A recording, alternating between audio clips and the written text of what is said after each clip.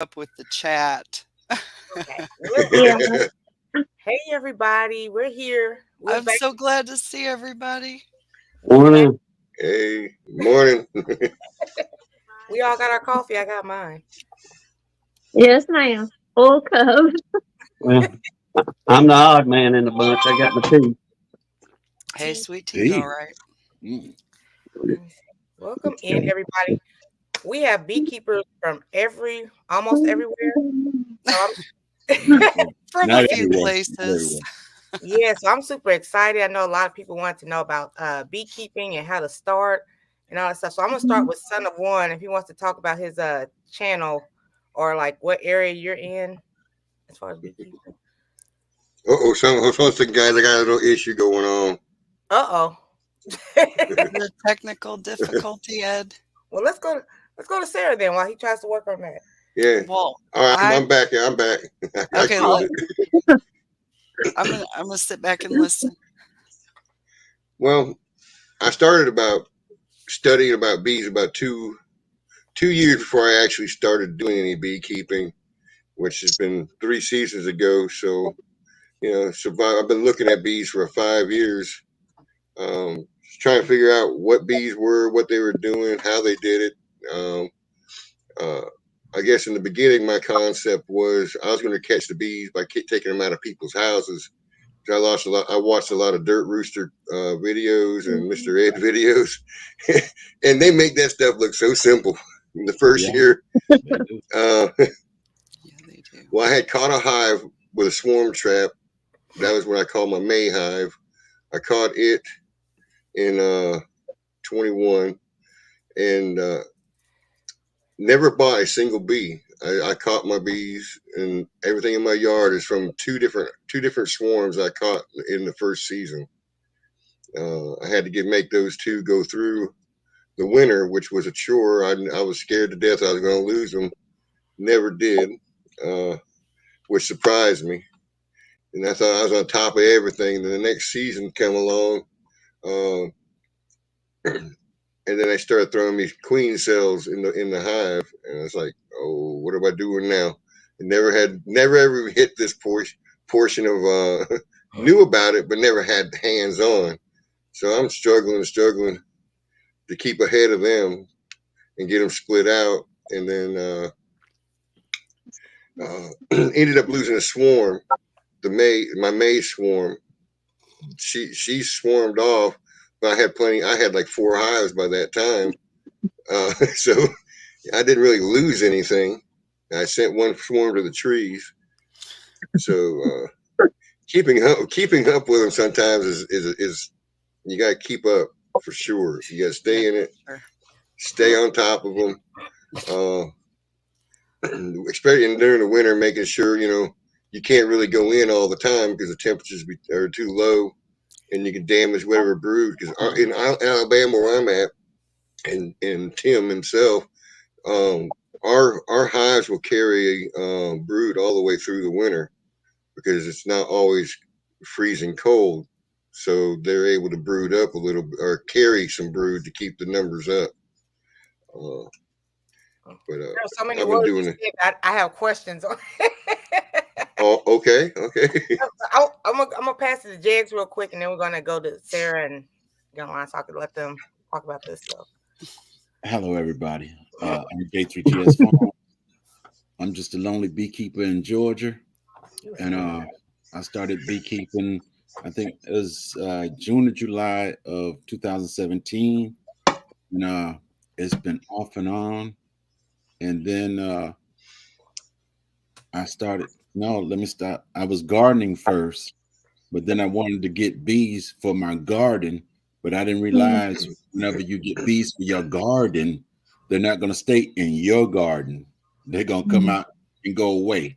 You might have 10 or 12 bees in your garden, but the majority going to come up and go, and they'll come back. How you doing? The garden doing fine?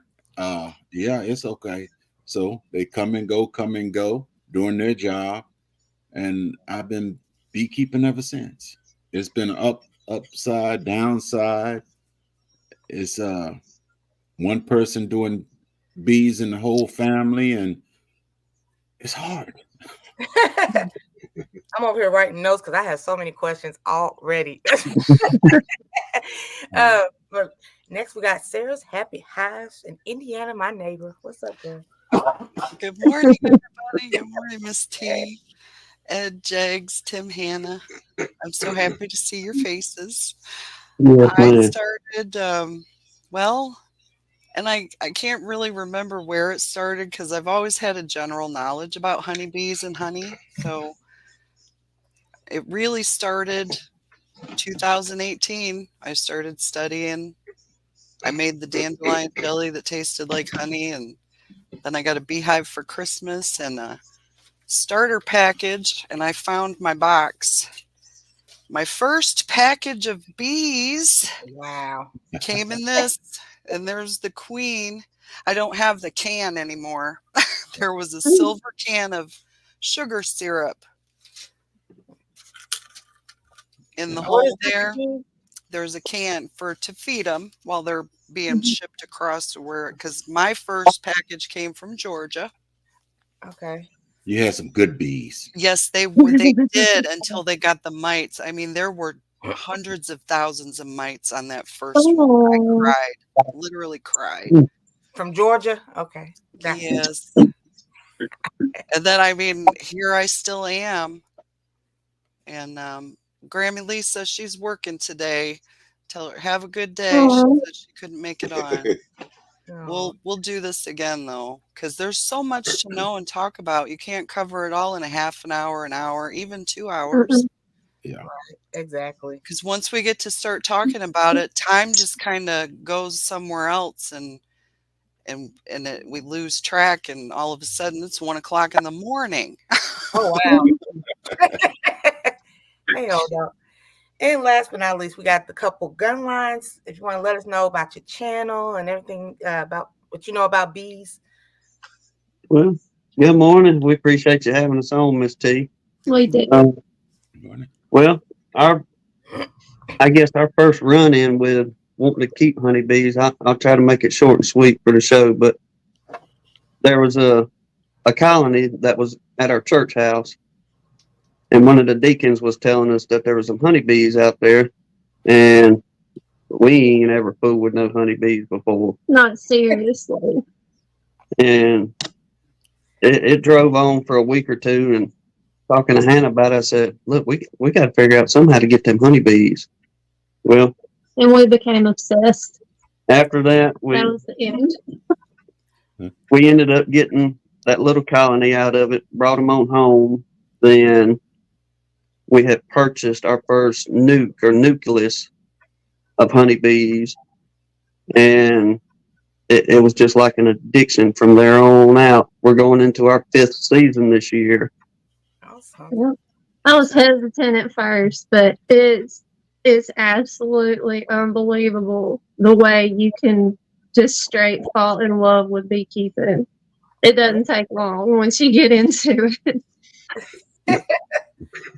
Well, thank They've y'all. Go ahead. No, I was just saying thank y'all again for coming up. I really appreciate y'all helping us newbies out, people who are possibly interested in beekeeping. Look, Miss T, we were so excited. We watch your live, like we listen to it almost every morning while we're at work, because it's just like a party every morning. Oh, yeah. We get us going.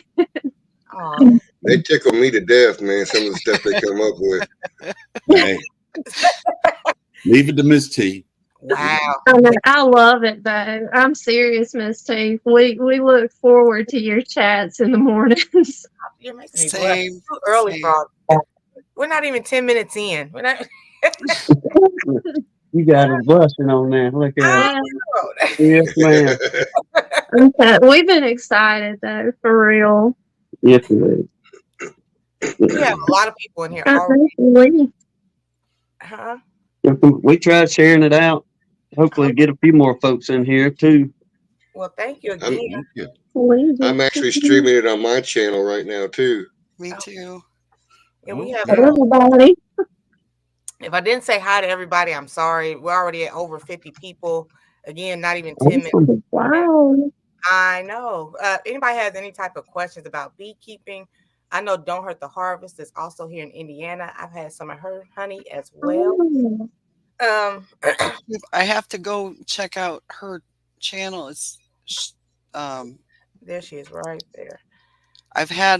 we've had dental adventures the last couple days. It was my husband's birthday on the 12th, and he broke a tooth on his birthday. Just eating chicken salad sandwich. He thought it was a piece of celery. It was his tooth, so he had to go oh, get a tooth pulled the next day, Valentine's Day, and then yesterday I had a tooth worked on, which I hope is going to solve a different problem. But that's been our few days. oh. Let me see. So we got our first possible tap in enjoying gardening. So yes. Wow. Okay, girl. Good morning, Miss T and panel. Thanks. I'm listening to the live, looking to get some bees this spring. So I heard a lot of y'all say, y'all, where am I from the South? Come on now. You You got it. Most Come of on. us, come on, we're from You there. pick it up. I'm a Yankee, and I say y'all. Are honeybees the only ones that produce honey? Yes, Yes, Yes. ma'am. Okay. they are I'm not going unique. to answer that. They are unique. Because like I thought all bees produce honey, Jake. I thought they all did. Well, they all Yeah. These produce are some No, safe. sort no. of food, but it's not honey. Oh, okay. Let me see. Okay. Hickabilly. No, if I answered it, would have went into left field. That's why I said I wasn't going to answer it. Oh, okay. I appreciate it. Hello, Michael. What, Jakes is behaving today? So Yeah. far. Let the coffee sink in. Yeah. He's got to send that second cup down. I'm trying to keep up with the chat, you guys. I know. I want to say hi to Tracy and hang on. Okay. Tamika. My eyes I got that dry eye. It's getting better, but it's still acting up. And I feel like there's sand or something in there, making it hard to see. Oh, Sorry, Sarah. I'm gonna try not to get too far behind these comments. I refuse. So I'm gonna let y'all talk while I try to keep up with the chat. So Okay. So pescatarian. everybody know I said hi, but I'm going to say just focus on talking. I'm going to say, Huh? I'm going to say when I started out, these are some of the items I got Uh-oh. that I was in the bed, Beekeeping for Dummies. Okay. And me and this used to be in the bed and in Wow. the doctor's office, and it's a book, Miss T. It's a book. Okay.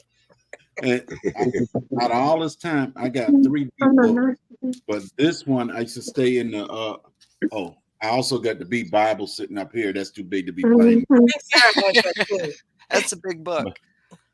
But So pescatarian in Georgia wants to know a rough estimate how much for initial investment of beekeeping, I guess. Ooh, hold on to your britches. It's different everywhere. I mean, but ballpark.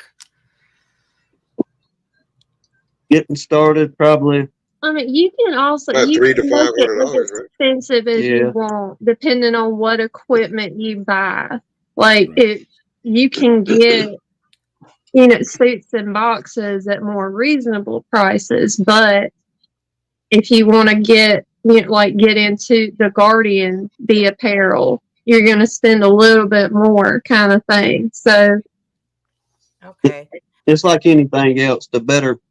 The more quality of the equipment, the more you're going to spend. But there are, we'll say, cheaper routes to get into it. But like Ed was saying, just to start off, to get you a nuke and a bee suit to protect you fairly well.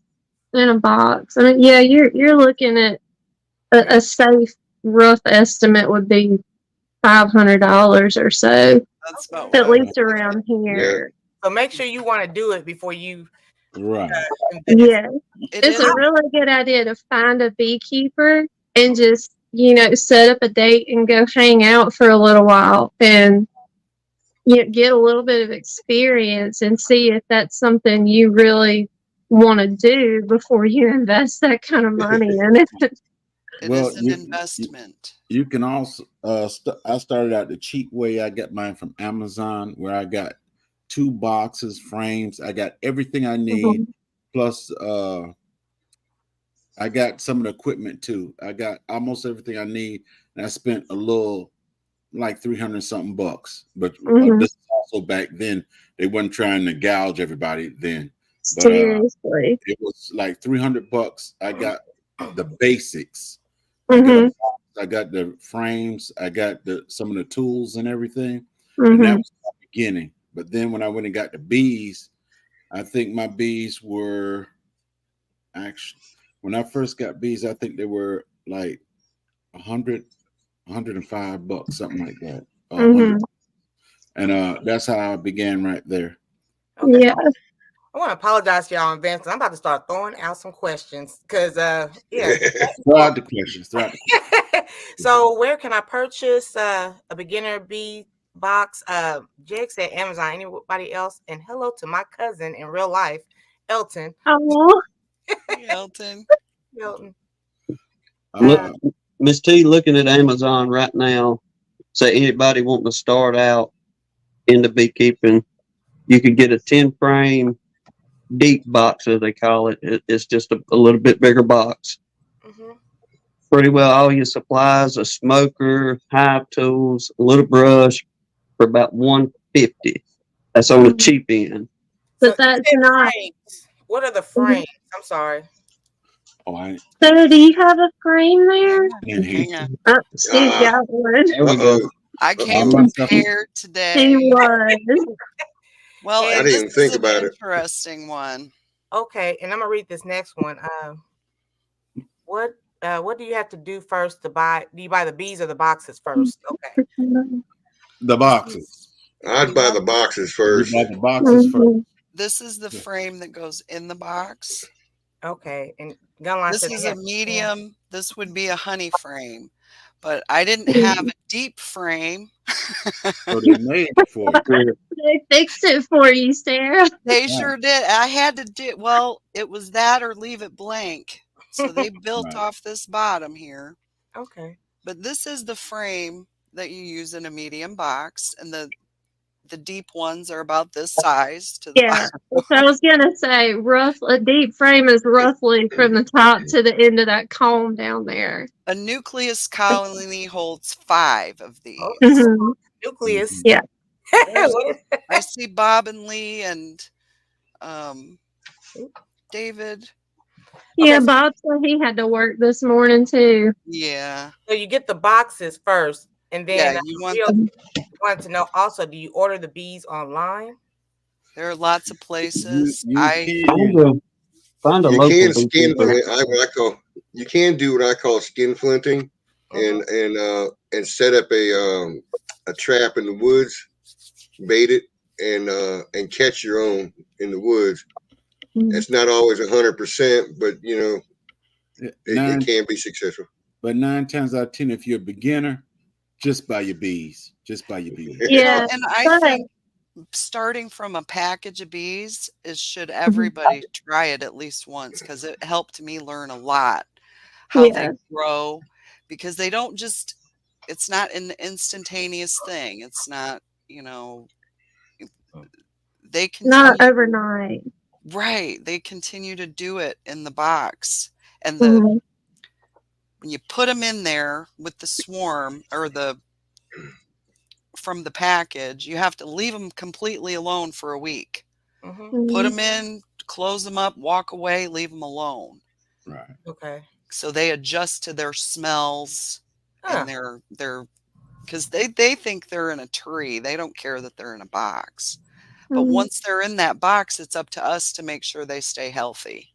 I just want to say I love y'all so much. The questions are I'm just gonna keep throwing questions out while y'all. And what buy the apparel? Who wants to do that one? Say again. Apparel. I brought. Apparel is the first thing I need to buy. Hang on, because I made this. I bought a thrift store hat, right? A sun hat, and I put some tulle. Just sewed it around the edge. The gardeners know about that, yeah. So I've got a makeshift. They can't sting my face.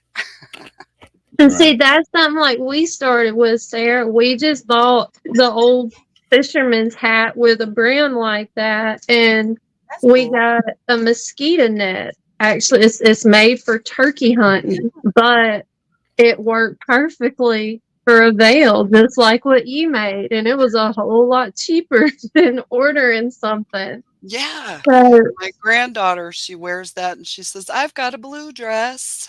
I said, honey, it's a oh, hat. She's Well, 3. She'll be 4 this year. Miss T, Mhm. you can go. We understand folks is on a budget, and we're absolutely part of that bunch as well. And like mhm, Sarah's talking about, you can either make your own mhm, veil to cover your face, but that's just simply going to protect your face to keep the mhm. bees from getting all on you and all that. And we just bought old fisherman caps, and like she said, the old mosquito net worked fine, keeping them off of us and our face. But you do have the potential of bare skin Mhm. and getting stung.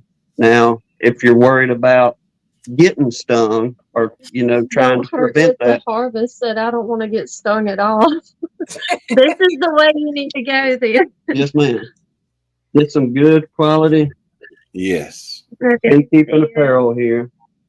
This one's just a jacket with the full veil. But I mean, Right. you can get the pants, or you can buy a full suit that it looks like an astronaut jumpsuit, to tell you the truth. But you won't get stung in something like that. Okay. I'm sorry, son of one. You want to add on too before I keep going? I I have, think they covered most of the bases, but the apparel is what you really need to keep yourself from being stung as much as possible. I don't think I go a time in the bees I don't get at least one sting. They'll get you through your blue jeans. Oh wow. now, Yeah. They'll get you. I can tell you about that. When I started the bee, I had over 50 stings on my legs Ooh, because I just started the bees and I want to keep going into them constantly. And Mhm. I learned one thing is you don't wear all these different colognes and stuff in your attending bees. I learned That's from right. that mistake. Okay. So And you just go out there before you even jump in the shower, just like let me go out there and You no want to sting. think neutral. No Yeah. smell, neutral. Like right. try to get unscented shampoo. I baking soda. You can use like a baking soda rinse in the shower. Mhm.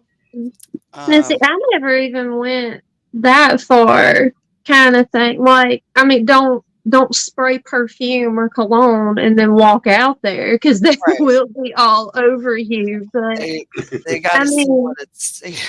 To include using right. fabric softener on your clothes, that's another one too. Okay. Uh, I So couldn't hear you, James. Fabric softener, you know how that Yeah. got that smell. Hmm. Don't if you're tending the bees. Don't do anything that has a smell to it. Let the bees get to know you, your smell, and that's it. okay. Hmm. Yes, Pescatarian wants to know, should she start off with getting 2 boxes with the 10 sleeves, or what do you call them? Frames. Frames. Frames. Fine. Uh, just Most get kits will just get come with two. yeah, just get the one box, and you'll come with 2 or 3 boxes. You got the large, the medium, and the small boxes, and Hmm. that's enough right there, just beginning. Okay. Hmm. All right. We're really buzzing today with bee talk. Hey, RX. At times there are so many bees in my garden I can't go in. My question is, how do the bees stay in the I keep wanting to call them sleeves. How do you keep track without them flying away? they gonna make home right there. Once Mhm. they accept that area as being home, like if you're doing, Sarah was talking about packages. Mhm. Packages is just like she got that box with bees in it, and you just take and shake them out into your hive bodies, which Jay's talking about. That's it. That's a package there, and that What's the little little deal. coin collector thing over there? This is what the queen came in. Oh, Hmm. okay. So this is basically a packaged up swarm. Hmm. So it would be like catching a swarm. You got the queen and a bunch of bees. They just add the sugar to it to keep them alive during shipping. So you just But shake yeah, them this bees. is, you shake them into the box, Yeah. clunk, clunk, clunk, and then you leave the box in front for a little bit, about 20 minutes, and then they'll all find their way to the queen. Mm-hmm. And then a couple days to a week later, you can let the queen out. So Mm-hmm. another So silly question. Or the How- candy, they'll chew through the candy end. I have another question, And Sarah. that's a whole other thing. Hang on, let me ask your Where's question. everybody talking about the queen? Where is the king? Right here. He's a man, Miss T. Right You don't here. need no man. No, ain't no king in the bee she's world. running that house. In the bee world, they disrespect the male bee because he's nothing but they abuse the male bee. They Oh, use the male bee only for one thing. wow. Mm-hmm. Don't You make- women probably gonna get on this and really say, I agree with this one, but the male bee, the drone, as they call it, there's a few things in that colony he does. He When eats honey. he eats, then when it comes time to, I'll keep this rated G, procreate, Thank you. there's they'll fly out and they'll mate with that queen. But once they mate with that queen, they die after that process, and he no longer comes back to the colony. Now, if you start dragging in later into a season to where there isn't any queens that need to be fertilized, eventually they will kick their butts out, and all the sisters, they have full control of the colony. So the males are booted, and the women get to stay and do their thing. That's it. All right. Hickabilly said, when I got my first bees, I built on an observation hive. It was so much fun watching them build and grow. What's an observation hive? It's a hive like that, but it's made like out of plexiglass or something clear, so you can see A window. in the hive. Yeah, basically a window into the hive, so you can watch them building and comb and making honey and tending to the little bees. And I cannot wait to get an observation Do their hive. thing. You just watch them do their thing. Yeah. Give me 1 minute. I'll go. I'll be right back. Okay. Got one. She got one. She got She observation. probably does. I like how Brian C. Hillco Bees. Hillco Bees has reasonably priced ventilated suits if you don't mind them being yellow. Mhm. There you go. Yeah. Okay. I mean, there's several good companies you can buy apparel from. They're talking about a ventilated suit. One thing I want to tell you, being a new beekeeper, learn to wear a bandana, a sweat, Mhm. put something on your head, because if you don't, you're gonna regret it. Yes. You sweat all in your eyes. Black Tropical, he started bees, and I watched him. I said the best advice I can give him was put a sweatband on when you got all that stuff on, because of that sweat be tearing you up. There's the show and tell this morning. I That's know. what I'm talking about. Okay, this is now that I can hear you. This is the observation hive. You can see right here, they will build their comb in there. I'm in the process of cleaning it up. But this is a good example of a nucleus colony as well. This holds 5 frames on the bottom, 1 frame on the top. Mhm. Okay. Thank you, Sarah. she got it together today. Hey Jay, you was talking about sweating and getting so hot in them suits. Right. We had originally, whenever we first started, like we would go back to earlier, we started out cheap, what we could afford, and we bought a cheap suit off Amazon, and it protected us to a certain degree. You would get stung through it and all, but buddy, you talk about, we're down here, we're in the Mobile area, just outside of Mobile, Alabama, Mhm. and It is hot it gets hot, and Yeah. humid. and It's miserable. we would burn up in those old cheap suits. Mhm. But That's why it got to the point we just wore the hat and the mosquito net and just went out there in a t-shirt or whatever. but without getting into a whole bunch right now, Hannah turned allergic. Mhm. We had to make some adjustments to get some good quality equipment. I couldn't Or take any apparel. more stains. And we were given 2 or 3 different choices of, go with this one and that one. And we went through and we talked with folks and we ended up settling with Guardian B Apparel. Mhm. And Jay, bro, let me tell you what, man.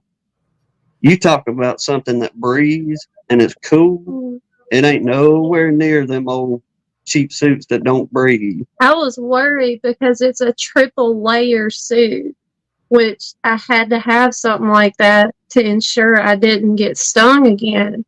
And I'm not going to lie, I was nervous. I was like, am I going to pass out there because I won't be able to breathe? But they were 10 times cooler than the single layer cheap suits we bought. Well, yeah. Like, I was shocked. Another thing to that, as you say, going cheap, the best thing I could tell you, buy the jacket with the headpiece on it, but Mhm. then put on 2 pairs of sweatpants. Oh Lord. That would listen. Two I'm squares listening, of though. pants, Yeah. 2 pairs of sweatpants will stop the if they decide to sting you on your leg or whatever, it won't go through. I had to learn that. Hustle wants to know: does anybody beekeep for tax exemptions? No. If you turn it into a business, and you have to, a lot of states you have to register your bees with the state, and then you can take and turn it into a business, if you will. Then yes, ma'am, you can create, or you can have tax exemptions on your bees because they are considered a livestock. Right. And so any equipment you buy, any apparel you buy, if you lose bees through the season and you can document any gains and advantages toward that business, then absolutely, yes, you can claim it on your taxes. Mhm. Another good question here from Odom's Homestead: how do you know when to harvest the honey? When you go in your big box and you look at it and you see that white cap all over everything, Mhm. Yeah. best time to get it. You have some that I done seen some people, they start harvesting honey, it's cap, but it's not that big white thick cover. What is a Mhm. cat? They'll close the cells, like where on most times you can see the little holes in the comb where they build all the different cells. That's Okay. what they put the honey in, the nectar. Yeah, there you go, Sarah. That's a But cat, man.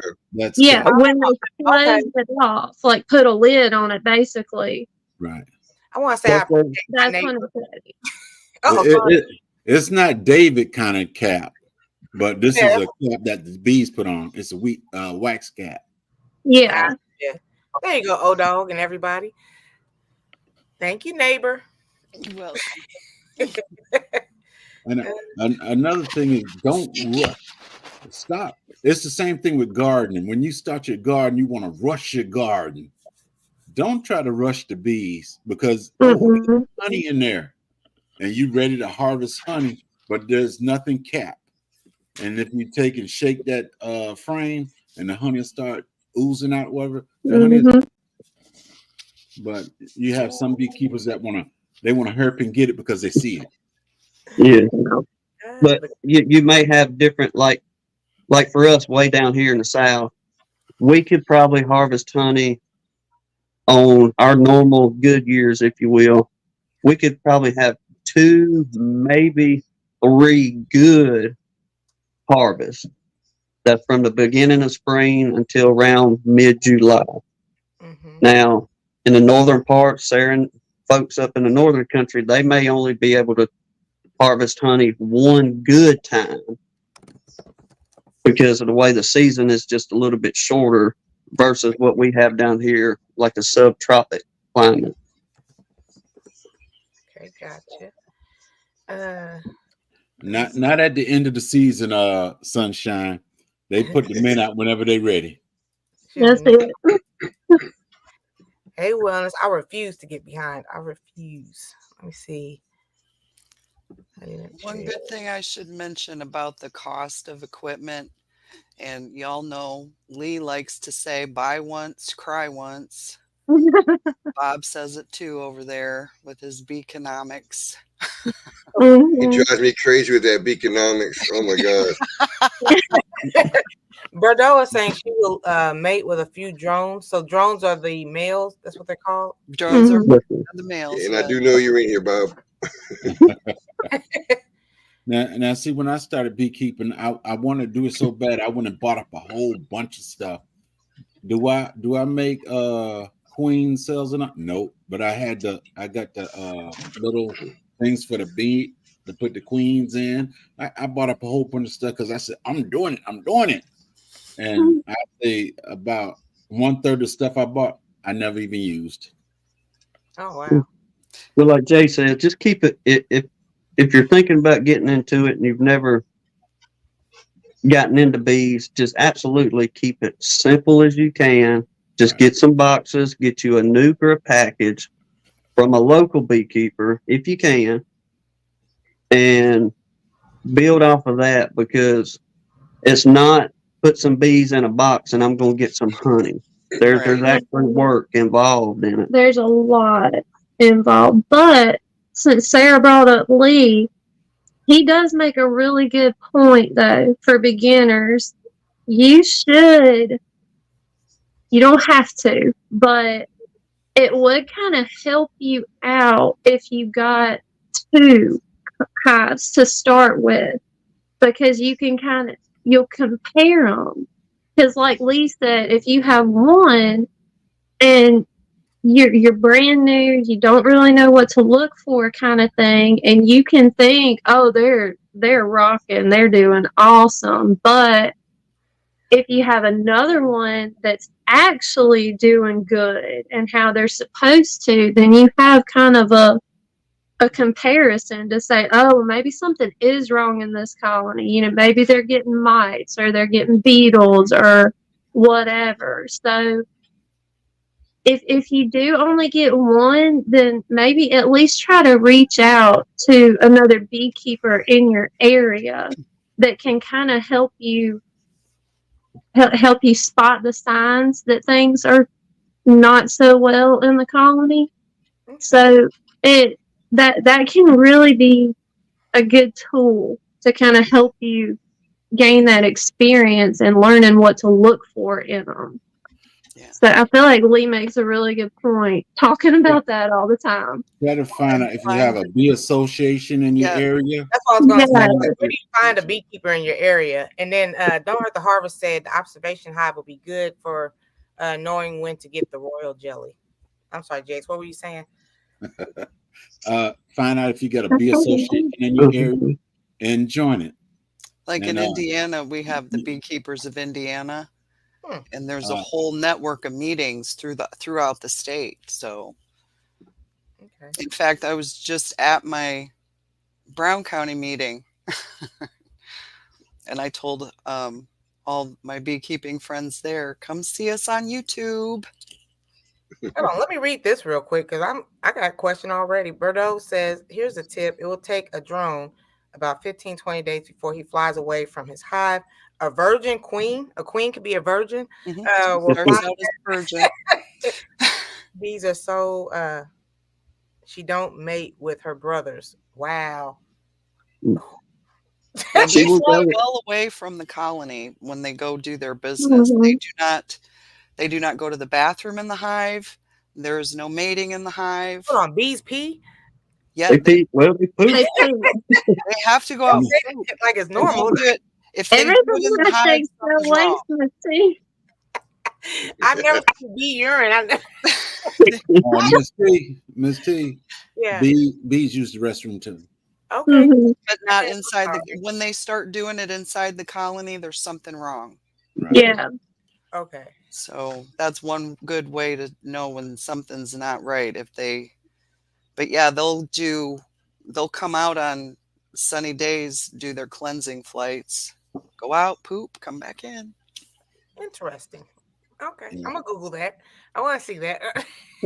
That's You want what you Miss want to T. see Did you huh? see? She is Sunshine's comment because she is so right. Some of those marks on your car is bee poop, not Yes, it just is. Yes, it is. pollen or something. You, But When you I get get let little it. the spots girls all out of that over. observation hive, Yeah. it's like confetti in the air, and I get it all over. Wow. It's like, oh yeah, Mhm. ugh. Covered in poop. Yeah, you get covered with it sometimes. Wow. Just all part of the job. I BCJ. think, Mhm. well, at least the bees aren't the size of cows. Yes. Yes. When it's 115 Mhm. outside, they're all hot. Okay. I can agree. I can imagine. I think he's talking about them suits. Yeah. But we're talking about being a breathable suit instead of being basically in a balloon in a sense in them cheaper suits to where you can't evaporate some of that sweat. These guardians and ones like that, See, air will move.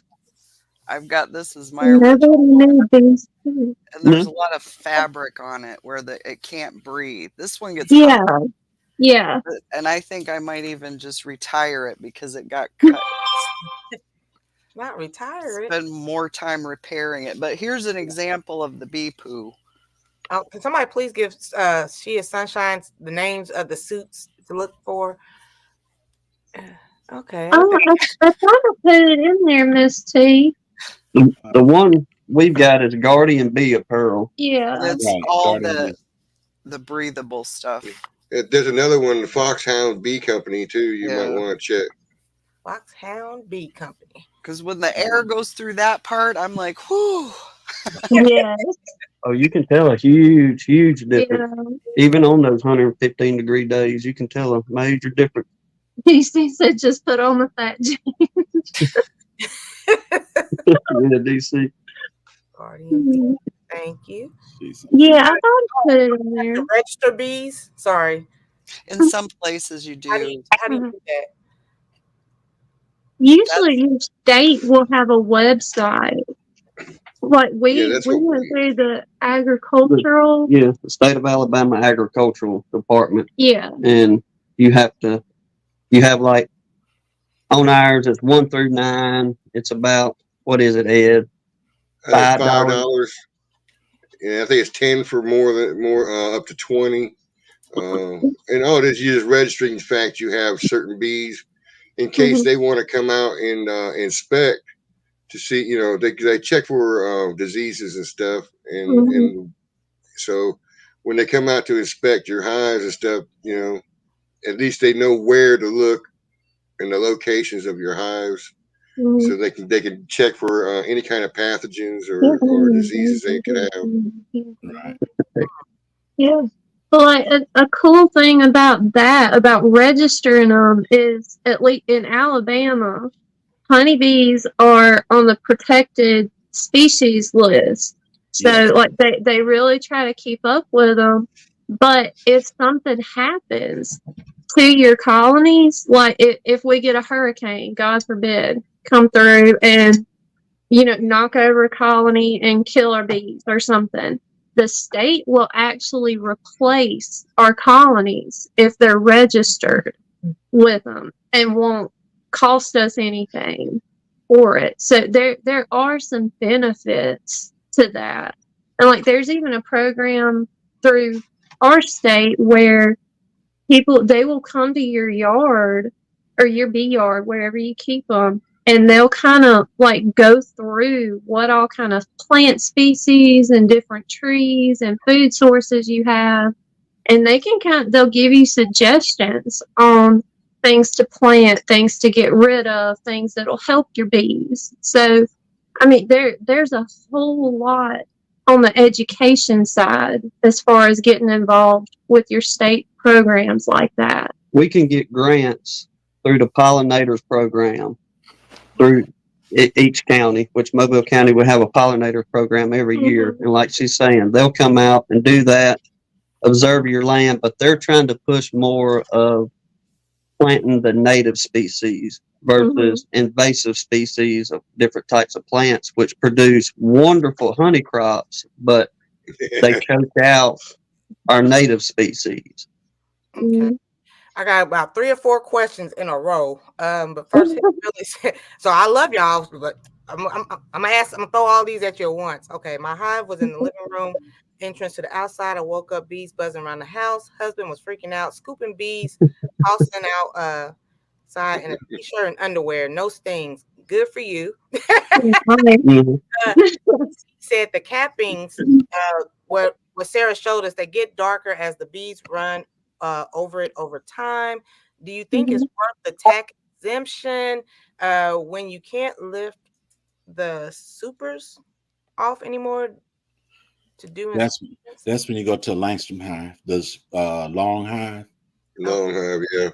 Because that's what I'm working on right now. Because I'm tired of lifting boxes. The horizontal, yeah. I'm excited. My husband's almost done with the one he built for me. Just got to paint it. Yeah. On the horizontal hive at the beginning, your first question, Miss T, the best advice we can give is make sure that puppy is sealed off good and sound so they can't get out. If there's any kind of little nook or cranny, they're going to find it and they will get out if there's any way they can squeeze through it. I mean, an opening of 3/8 of an inch, that little bee can come right on out. So is this a true fact also? Oh no, that's not the one I was looking for. Oh, honey can be harvested before it's capped if it's a low enough moisture content. That's what Jags was talking about earlier. If that cell's not capped, but if you turn that frame over and stuff is dripping out, it's not ready. It's like wet. Yeah, Well, it's too wet. There's a tool you can use too if you get collected for that. It's called a refractometer. Does anybody bring theirs? I think mine's in the other room. Mine's in the other room. What? Mine's in the other room have too. A visual?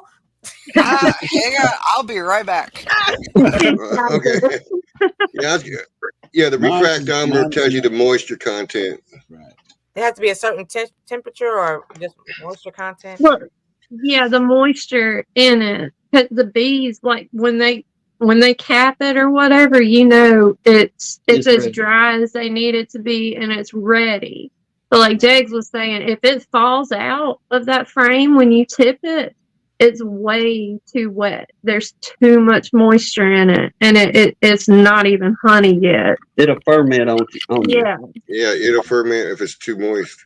Okay. Also, keep those cappings after you cut it off. Melt the capping so you can use that wax to wax your new foundation. Yes, ma'am.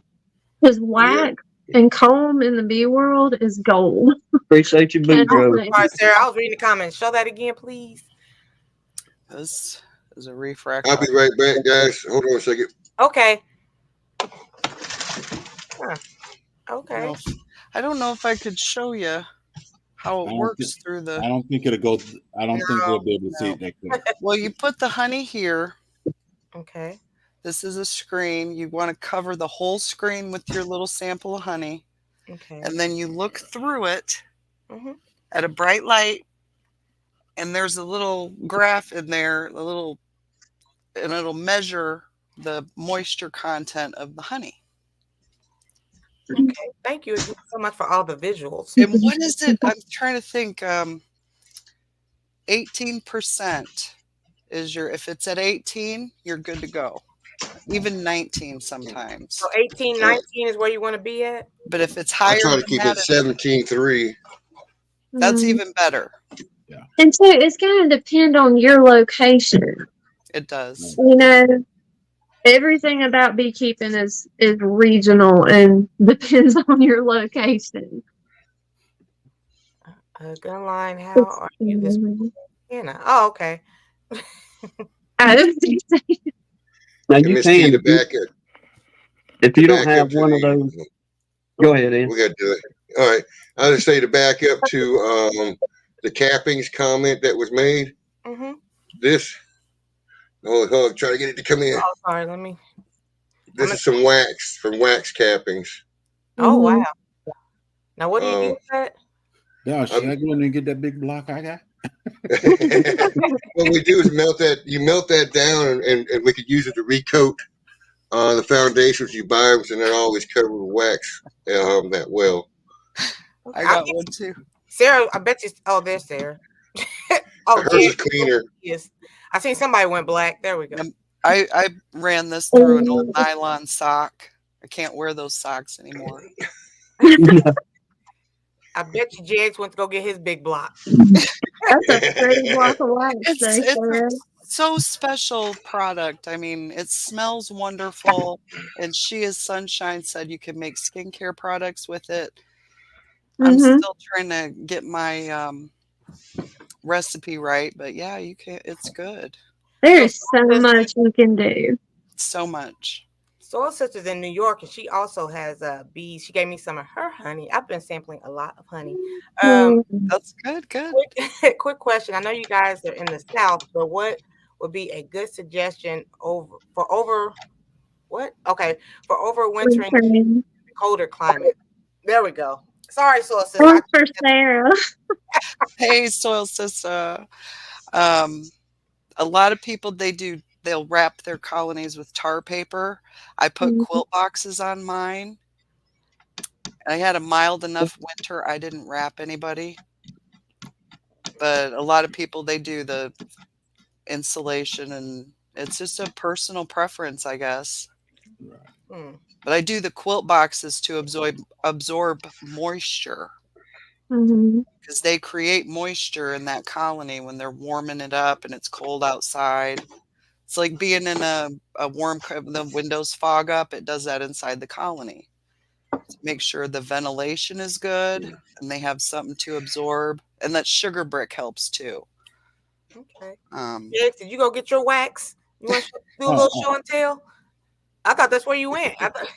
Yeah, I Oh, that's a block of wax. It's good that man got a block. and all this is ready for these new the new stuff I'm building. Okay. Hey Mac, how you doing? DCB says true. It does help. Miss T, it's not so much the cold weather that kills the bees. It's the moisture in the colony, like Sarah was saying. That heat and cold air, you're going to create condensation, and that condensation will build up in that colony. And if it begins to drip down on the bees as they're clustered up to keep warm, that's what gets them. I'm Because bees, go ahead.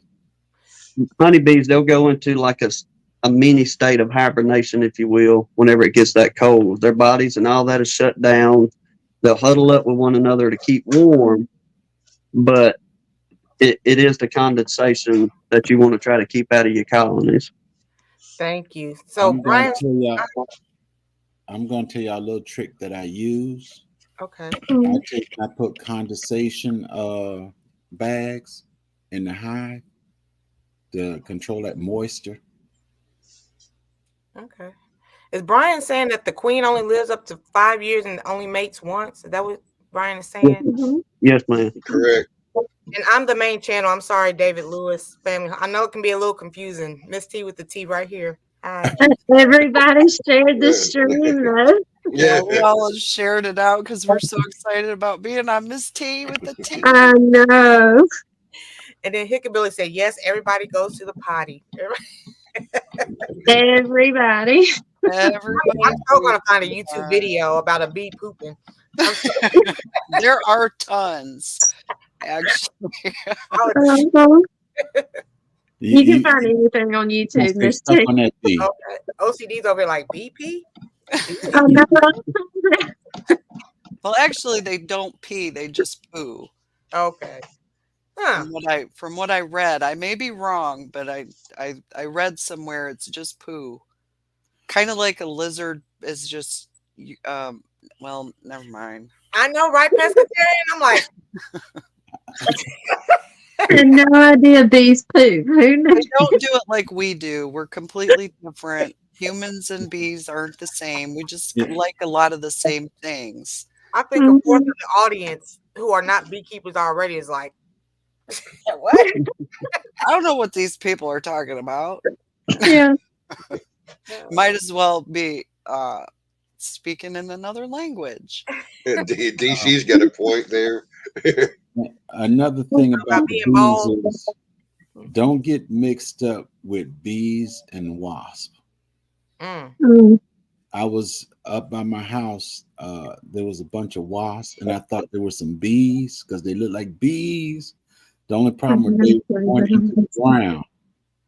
And that's when I realized they were not bees because they were going into the ground. And my neighbor, she jumped up. You got them bees, and you got them bees all up in my chimney over here. And I looked at it. I said, those aren't bees. Those are wasps. There is a difference. Wasps shoot on sight. Do you have an example of that, Sarah? What's What? vented and ultra vented? Is that the suits? The suits, yeah. Sunshine was telling me I'm behind, so I'm trying. How many channels is this live being ran on? The answer is Hive right now. Everybody up here is running it. Oh, Yeah. look at Hicko Bill. Oh, for the suits. Okay. Bees will keep their hive around 95 degrees Fahrenheit to raise the brood. They will bring in water to cool down if needed. And I do know drones do bring the queen water.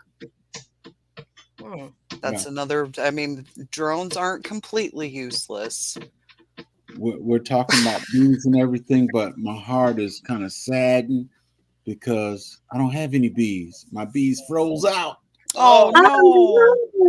No. When we had the frost,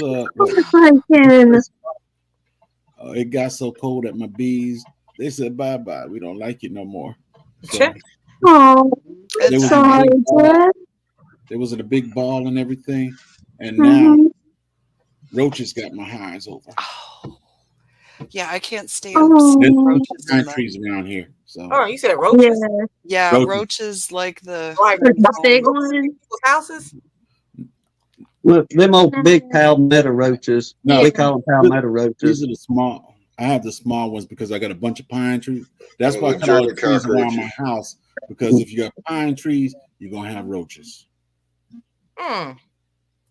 I mean, they ain't in there infesting the colony, nothing like that. They're just an opportunist. They're going to try to go in, get a free snack if they can get away from it. Are empty though. They probably are trying to take over a free house there. Oh yeah. I might do a video. Depends on how bad I feel when I open it up again. But well, look, Jay, on the bright side, it's almost spring, so you get a fresh start. Yes, right. They're refillable. I had to realize those boxes are refillable. It's not the end. Oh, I know. It's just the end for that day. I'm building other boxes because I'm tired of lifting heavy boxes. That's why I'm gonna do a colony with all mediums this year. So Tampa I thought we were talking about that. Oh, sorry. I'm sorry. I'm sorry.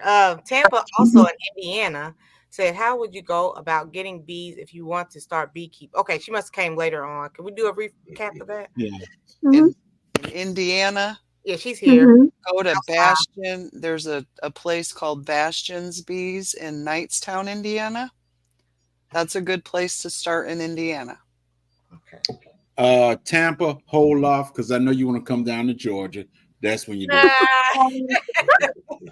Hold off till you come here in Indiana. But I do. I mean, I would get Georgia bees again because they were so. I mean, that first colony was awesome. But then again, every other colony after it has been awesome too. And the next one is even more awesome, and so on and so forth. So it's a win-win-win. In beekeeping, there is a lot of downsides to like the dying of the bees and the pests that can get in there. I haven't seen a Mhm. mouse nest in mine yet, but I know it can happen. I'm not looking forward to it. Mm-mm. Yeah, I'd like to bring up something since you're talking about that. There are losses in beekeeping, but there are also a new beekeeper needs to learn that or realize too that those bees do multiply. You will have to split them, and Mhm. you will grow because that's the nature of what the bees doing. So there's not always the loss. There is a lot. The growth can get out of hand as well if you're Right. Yes, not it careful. can. That's why you need to have extra beehives so you can split and move. Mhm. You need to find a new home. That's where the money comes in. Making sure you have all the equipment ready to go. And if you're handy with the woodworking, try making your own boxes. There are a Mhm. lot of plans, and I know Ricky at Horizontal Hives, he likes to help beekeepers with those projects. And he makes amazing hives too. He's very talented. Brian, There see, are, and that's I think, And he will also deliver it to you depending on where you're at. yep. Mhm. I've heard him talk several times about delivering them to people. Right. welcome in, Danny. Somebody said that's it. No mice or roaches. It's not what you're thinking with the No, critters. it's They not don't. that That's bad. what I'm thinking. Yeah. Can you get reimbursed for your hives, like Brian C was saying, and somebody else? I believe that's if you got it registered and you're doing all that other stuff. Me, Your my tax work. registered, and Well, he was talking about like destroyed due to diseases or whatever. Oh, I mean, there's so many. Without getting way down deep and confusing everybody on a lot of things, there's so many variables of what can happen in that colony. Between, I think it was Brian C. talking about ABF or EBF, American foul brood and European foul brood. Those are diseases that get in the colony and will cause complete colony collapse, the death of that colony quickly. Then you have your critters that are The just, pests, yes, like the beetles, the mites, like small hive beetles. wax moths. Those will get in and slowly cause a colony to die versus, the foul broods, which will kill a colony fairly quickly. Mm. Then you may just have simply saying coming into spring like now is the most vital portion for a lot of us beekeepers because we have to worry about our bees starving to death until Everything starts blooming. right. And that's another big investment is feeding. Like, if you do sugar water or the pollen patties or whatever, you're gonna drop a good little chunk through the winter if your bees don't have enough stores to make it on their own, and you have to feed. Okay. Tampa, I'm gonna here. If you can take a screenshot, that's everybody up here. She wants to know, try to catch everybody's channel. Yeah, because it's being ran on multiple streams, and some people are like, "Where do I go?" I think Tim put ours in your chat, Miss T, where she could see. I'm not sure who channel I was on one day this week or last week when they were talking about the bees and stuff. Now I got a block of salt that I will be setting out there next side the water fountain I made. I forgot. I put everybody's YouTube channel in the description of this. So if you want to go to that as well, Miss T with the T's channel, I have everybody's YouTube channel. Oh, thank you, Miss T. I appreciate it. Thank you. Yes, ma'am. I do appreciate it. That's one of the things about beekeeping. You figure out a lot of things and you decide to do a lot of things. I think this will be better for the bees. Just a lot of the equipment that I have, I watch people and I go make my own instead of spending money to let me see, what is it? It's a tube that the bees were flying into, get the pollen sub. yeah, the pollen sub. I made my own, set it up out there so the bees come in, do all that. Now, that other place that sells all this stuff, theirs was like $100-something, and I made it and it was less than $20. Yes. Jay, we were thinking about doing, buying into getting a pollen feeder and all this good stuff. But I guess she's a big coffee drinker. I'm not. Mhm. But the plastic tubs your coffee comes in? Like a Folgers can. Yeah. Right. Just drill you I drill a 2-inch hole Mhm. in ours and leave the lid on it. And we throw that pollen sub inside that. And them bees feed just as good out of that old coffee can. As they do a fancy feeder. Sure will. And all Yes. it cost him was keeping me sane with pots of coffee. And that's what we call skinflint beekeeping. RLM came in a little later. She wants to know, can you use that refractometer again? So how to use that? Of course. Okay. What up, Big Rooster? It's a refractometer, Yes, ma'am. and it has a little glass plate. You just put honey on it. And it Make has sure a it's refill. spread all over the glass, and then you push it down, spread any bubbles out, and then you look through. You probably can't see it because there's not light behind me, Mm-mm. but there's a scale that you can see the measurement on, and you want to see between 17 and 18. Between 17 and 18 is the. That's the good number where you can safely put it in bottles. Yes, sunshine. Yes. Pickabilly said use the blacks to make goat milk lotion bars. Mm. Oh. But Oh, and people you have to make get the lotion, soap, everything. Mm. DC's Bees made a good point. Get the one for honey because there's one for like fructose and sucrose. Mhm. You want the Mhm. one for honey because honey Right. is different. Yeah, one reads the brick, which is the sugar level. I'd made that mistake. I ordered that and had to figure out through calculation what my moisture was. So finally, I broke down and bought the one, like you said, for honey. So that Right. way, I get the brick, I get the different contents. There's 3 different readings in it. One of it's moisture Okay. Let me. content. And that's where you have to have a brain for science. DC is talking about the shake And test. we're trying to keep it simple. Anybody do this? The shake test. Hold the frame with open, uncapped honey face down. Shake it hard. If liquid doesn't fall out, it's generally dry enough. Yeah, That's that's what Jags was talking about. We'll do the shake test. You take that frame and you jar it real good. And if it comes out as if you was misting a water bottle, the best way to explain it, Okay. you If don't want to see fool with the it. drops come out, it's not ready. Put But it if back you and shake leave it it- alone. Yeah. That's it. Let them dry it out.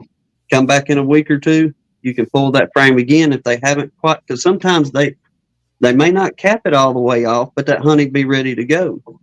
Mhm. If you do that shake test and you don't get but a drop or two out of all those thousands of cells that are on that one side, then You're good. you're good. Take it in there and But the do your shake harvest. test is just like the slang name for what we were talking about earlier. Okay. You know the thing is too. I think the one thing the bees will teach you above anything else is patience, because you can't work them too fast. You can't push them to make stuff fast. You can try to manipulate them, but they're only going to do just what they want to do, regardless Yep. of The what Now, you you manipulate. go in bee there in the rushing. garden, the bee in the garden are the same way. Both of them do the same thing. You can't rush them. Mm-mm. So David's mind blown with all the multiple channels. It's still like like Gunline's audience, all the audiences come together and meet and greet and that kind of thing. I think us and Sarah and Ed pretty well just have the same little community. Let me see. Well, I think I have a few others, not many, but Actually, once I finish these hives and all that stuff, I believe I'm gonna start another channel, but it'll be a bee channel because Oh, I've been searching for people like me, People like you. and there's not many. There used to mm, be a lot, but when I go to their channels and stuff, their videos are like 2, 3 years old and stuff like that. Mhm. There's I can only speak of two actual people I know now that actually doing honey. mhm. That's happening. DC recommended also to shelter your hives from the worst of your elements. Lots of rain here, so build a roof over my bee benches. You guys have shelters?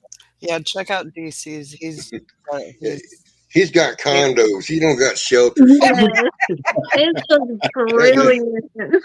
He loves them bees, and I don't blame him. Hey, But he is taking extra care, and he's done really good this year. He has. Uh, He has come a long way. I have no shelters. I just leave them at the edge of the tree line or in my yard, right. because it's not that bad around here usually. So Hmm. That's what we just put metal over the top of ours, and we kind of shim the backs of them where they're tilted forward just a little bit, Mhm. but just to let the rain shed. But we don't have near the rain and snow that DC deals with. We Okay. get a lot of rain down here, but Where's DC located?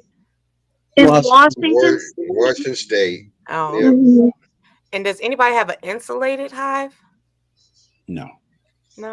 Mhm. I'm in Georgia. We don't need it. Oh, me. No insulation here. and Canadian hives do. Well, a lot of people in Canada put their colonies inside. They'll have a building or a barn or something. Okay. Anybody Yeah, he sell? wants to. Go You ahead. you guys sell your beeswax? I don't sell beeswax. I use mine. Yeah. Oh, okay. Yeah, I don't have enough yet. Well, I Mhm. may in the I just have to I've got to do my foundations first. Yeah, that's the point right now. Right. And I like my wax to be thick on my frames. I found out I have to start doing that because I found a lot of wonkiness where they don't build it on right. Soul Sister in New York says, thank you for the suggestions. Moisture is a major problem over there over the winter here, and one of the main reasons we have hives. And David found me on YouTube. Yeah, YouTube is the place to be. I'm on StreamYard, but you can be on YouTube. That's fine. Right. Don't Hurt the Harvest in Indiana says she wrapped hers. And I mean, I did mine in tar paper, but last year when I unwrapped them, I found some roaches crawl out. You guys keep Yeah. saying roaches. I'm just like, I'm not trying to have roaches, but I mean, they find them anyway. Right. Yeah. It's kind of like the moth. What you'll Yeah. be looking and you look and you just, oh, that's the moth. And then the same And those moths are sneaky. right. Yeah, they are. And with the as soon as you open up your hive, if you got roaches, they're gonna go running. Just like in an apartment building. Yep. And you see a roach, turn the light on, they go running. Same thing they're gonna do in the hive. Jake, do you see Tampa's question?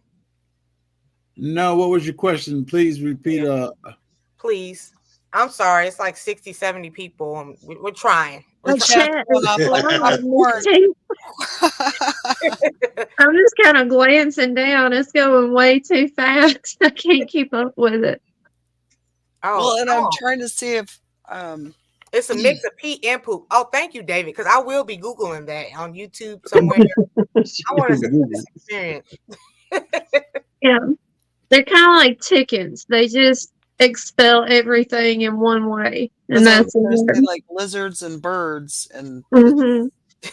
I'm trying to keep it simple, so we're not gonna go there. Yeah, there you go.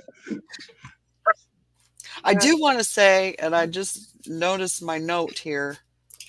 I was working out with Frugal Mama and Jay the Jordan. And Jay Jordan, he sang a really neat song for me the other day on his live. Oh. That's nice. Had me smiling and walking around on sunshine. Walking on No. So I had to say something. I had to say thank you. He's Aw, that kind of guy. he's cool. Brian said you guys need to explain to Miss T how the drone has no dad, but only has a grandpa. How is that? Okay, since they came from an unfertilized egg. Please explain. Who's the best one to explain it?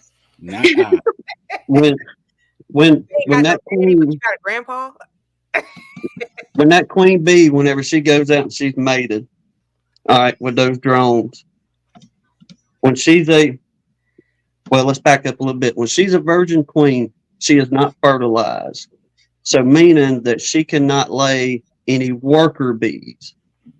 All right, if she was to lay. Now, whenever she goes out for her mating flight, nature takes its course. She is fertilized to the point to where she can lay thousands and upon thousands of eggs in a 3 to 5 year period. All right. Them honeybees, they build their cells. There's some that's a little bit smaller, and there's some that's just a little bit bigger. Them smaller cells are going to carry your worker bees. Your little bit bigger cells are going to carry your drone bees, which are your boys. All right. When that queen is mated and she comes back and she starts filling out her colony, she can decide whether she wants to lay a fertilized egg or an unfertilized egg. That queen, she'll go up with her front feet and she'll touch that cell and measure it in a sense. And if she knows in her mind, okay, this is a small cell, I'm going to lay a worker bee, which is a fertilized egg. If she goes over a few more inches and she gets into a bigger cell, which is a drone cell, and the bees, they will build that by nature anyway during certain times of the year, like coming into spring, they will build drone cells. Well, that queen, whenever she goes to that bigger one, she measures it and she knows, okay, this is a drone cell. So whenever I lay my egg in here, it's going to be an unfertilized egg, meaning it's going to be a drone bee or a boy. Then they'll cap all that in together. 21 days for a worker bee? 20-something days. And I forget what it is on drones. It's not about 18 or so days, I believe, on drones. But she knows the difference between those cells, whether to lay a girl, a worker, or a boy, a drone. And that comes into the part of mama went out and got mated with the one, so that's your granddaddy. Oh. So whenever you come back, you don't have a daddy. Oh. You just got mama in the hive, basically, to try and keep it, I guess, super simple on things. Mommy but that queen, she can distinguish on whether she wants to lay girls in this one or boys in that one. Right. Okay, I have a better understanding now. And when you look at it, the difference is female bee, they're smaller. When you look at the frame, you see bigger little caps on there. Those are males. But the regular size one, they'll be a female. Males. Yeah, the drones will look like a bullet. Right. I'm learning so much. You just don't know. What is a bee's biggest predator? Mites. Down here, I would honestly say like dragonflies and hornets kind of thing. Birds. Yeah, there are little birds that sit in our trees and catch bees out of midair. What are they called? Tanger. Yeah, a tanger. Like it's the only I had never heard of it before until I saw those suckers killing my bees. I was like, no, we ain't having this. Hey, girl. Well, hello everyone. Hey there, Maggot. For some reason, my sound isn't working. Hold on. Oh, we hear you loud We and can hear clear. We hear you. You're the loudest one on the block. Shoot, you don't even need a I microphone don't usually to be do this from my heard. phone.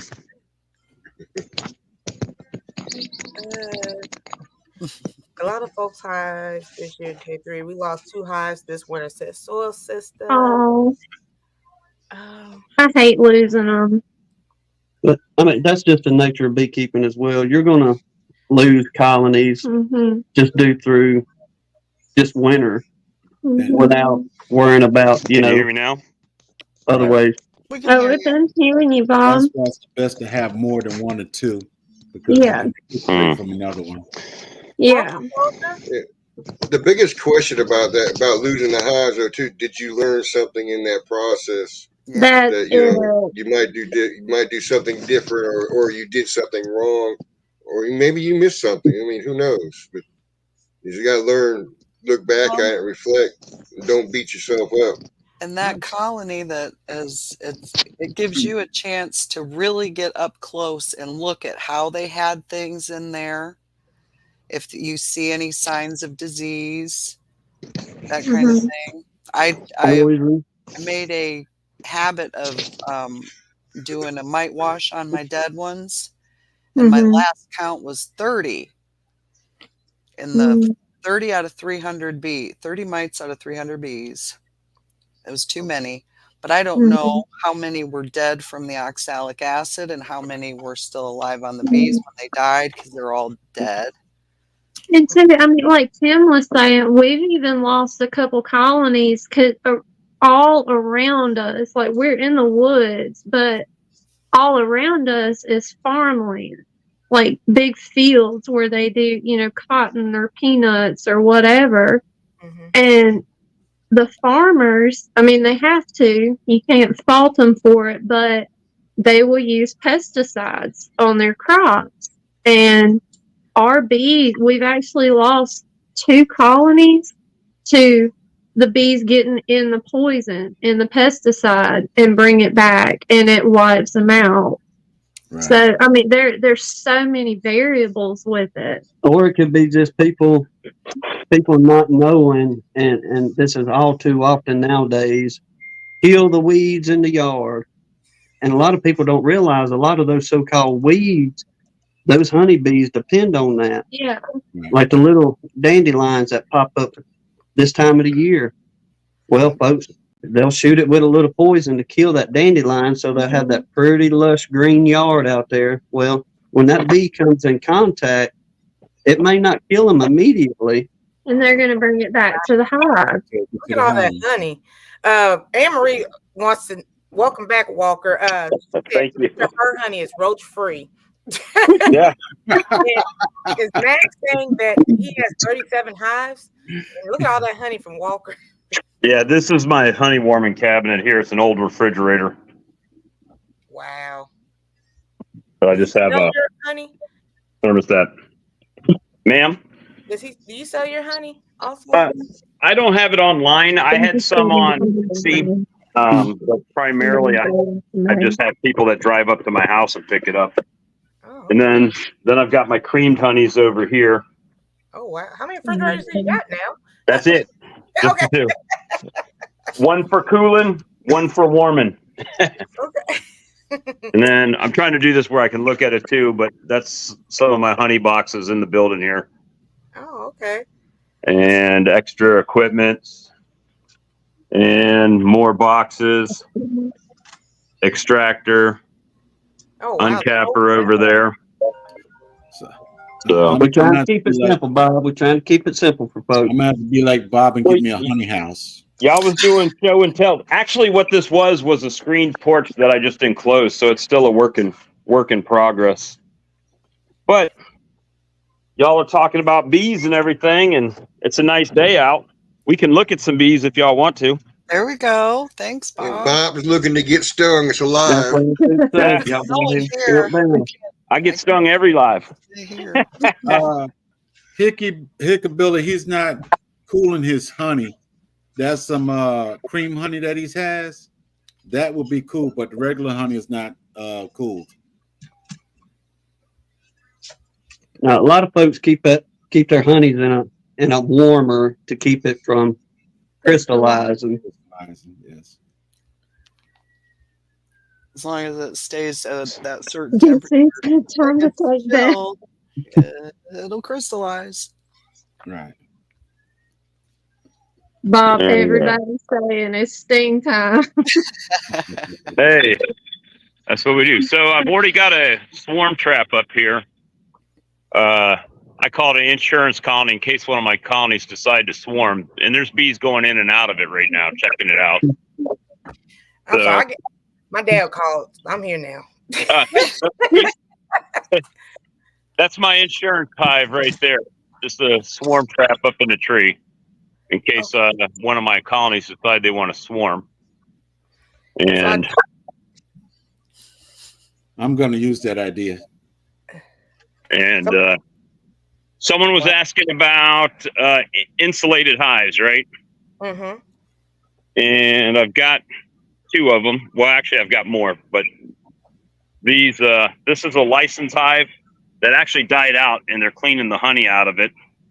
And it's a 2-inch thick box, and it should not only help keep it warm in the summer, but keep the heat off of it. I'm sorry, keep it warm in the winter and keep the heat off of it in the summer.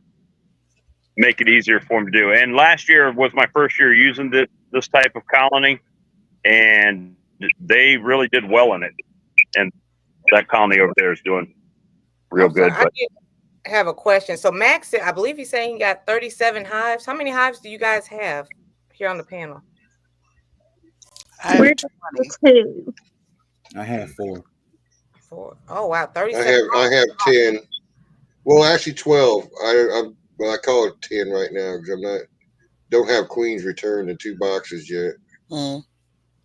Okay, Living Out Loud also has a comment. How do bees freeze to death in nature? Wouldn't they fly away to someplace warmer like a bird would? No. Okay. They're staying home. No, they stay home and cluster in the box and eat their honey. Max says, I can mentor anybody in the Southwest Ohio area. Awesome, Tom. Lay strawberries with Jake's honey. It was delicious. Yeah, I saw the video. And I'll be delivering nooks for a local Amish beekeeper. Sorry, geez, Louise. Oh, that's cool, David. Work for a beekeeper. He hates the Italians. They says too aggressive. Okay. We have mostly Italian, but ours are really sweet. Yeah. Well, I get agitated from time to time, but they're pretty well behaved. Jake, that looks familiar. Is that how you built yours? He must be in a cold spot because the bee was mad. They're cold. Where do you get the bees at again? In Georgia? There's a lot of places in Georgia you can get bees. The place that I got it from in Georgia was Mountain Sweet Honey. I think Don't Hurt the Harvest is talking about Knightstown that you were talking about, Sarah. That's Bastion Bee Farm. Okay. Again, how many boxes should you start off with, guys? I would say 2. Yeah. But if you really want to do well, get 3. You won't regret it. Let's start the more the merrier. When you're talking about the boxes, well, let me see if you see those boxes you got right there. Mm-hmm. Even though it's 2 or 3, that's considered one hive right there. So it's good to get 6 boxes? 6 boxes per hive colony. Right. So you want to have extra boxes because when that honey is heavy. So if you got all of your honey here, you take it out 1 frame at a time and put it in an extra box, and it won't be as big of a job. Okay. Yeah, the weight of honey is 11 pounds per gallon. Wow. One of those boxes can easily weigh 60 pounds, probably on up to 80 in some good areas. Ours do. And I'm not as young as I used to be. And everybody jokes about getting a hive lifter. I gotta have lifter. I can't do those heavy boxes. I'll tell him all the time, you need your man muscles for this because I Hey. ain't getting it. That bee lifter right there didn't cost you at all, did it? Everybody But go out yeah, spending all the bee lifters and hey, I just gotta feed him 1,600 every bucks. night. Sarah, did you show them your TARDIS hive? Oh, that's on. I don't have a picture to show, bring up, or anything, but it's on in my video collection on my little channel. So We this made is a pretty heavy Go honey ahead. frame here. Okay. That's a perfect example of that capped That's what I was about to cells. say, Sarah. I see it very good now. Let me, I'm gonna try to lean this down here, so we can get to some babies. Lotus says, kudos to the bee community. I tip my hat to you all. A lot to keep us honey safe and fresh. Oh. So even though these bees are flying right now, they're not aggressive. They're just flying. There's a difference, right? Mm-hmm. That's just a frame that I put in there yesterday. I did some manipulations on this colony, but I happen to know that right in the middle here, there should be a nice frame of brood. Okay. Carol the Girl Miniature wants to know, so I raised butterflies and fed them fruit water and other things until I could release them. Is that the same kind of process for bees? Not really. Okay. Butterflies are, well, I mean, bees do kind of cocoon in their cells, but it's different. Yeah. I mean, they're both insects, but butterflies and bees are just different. right. I don't know nothing about no butterfly.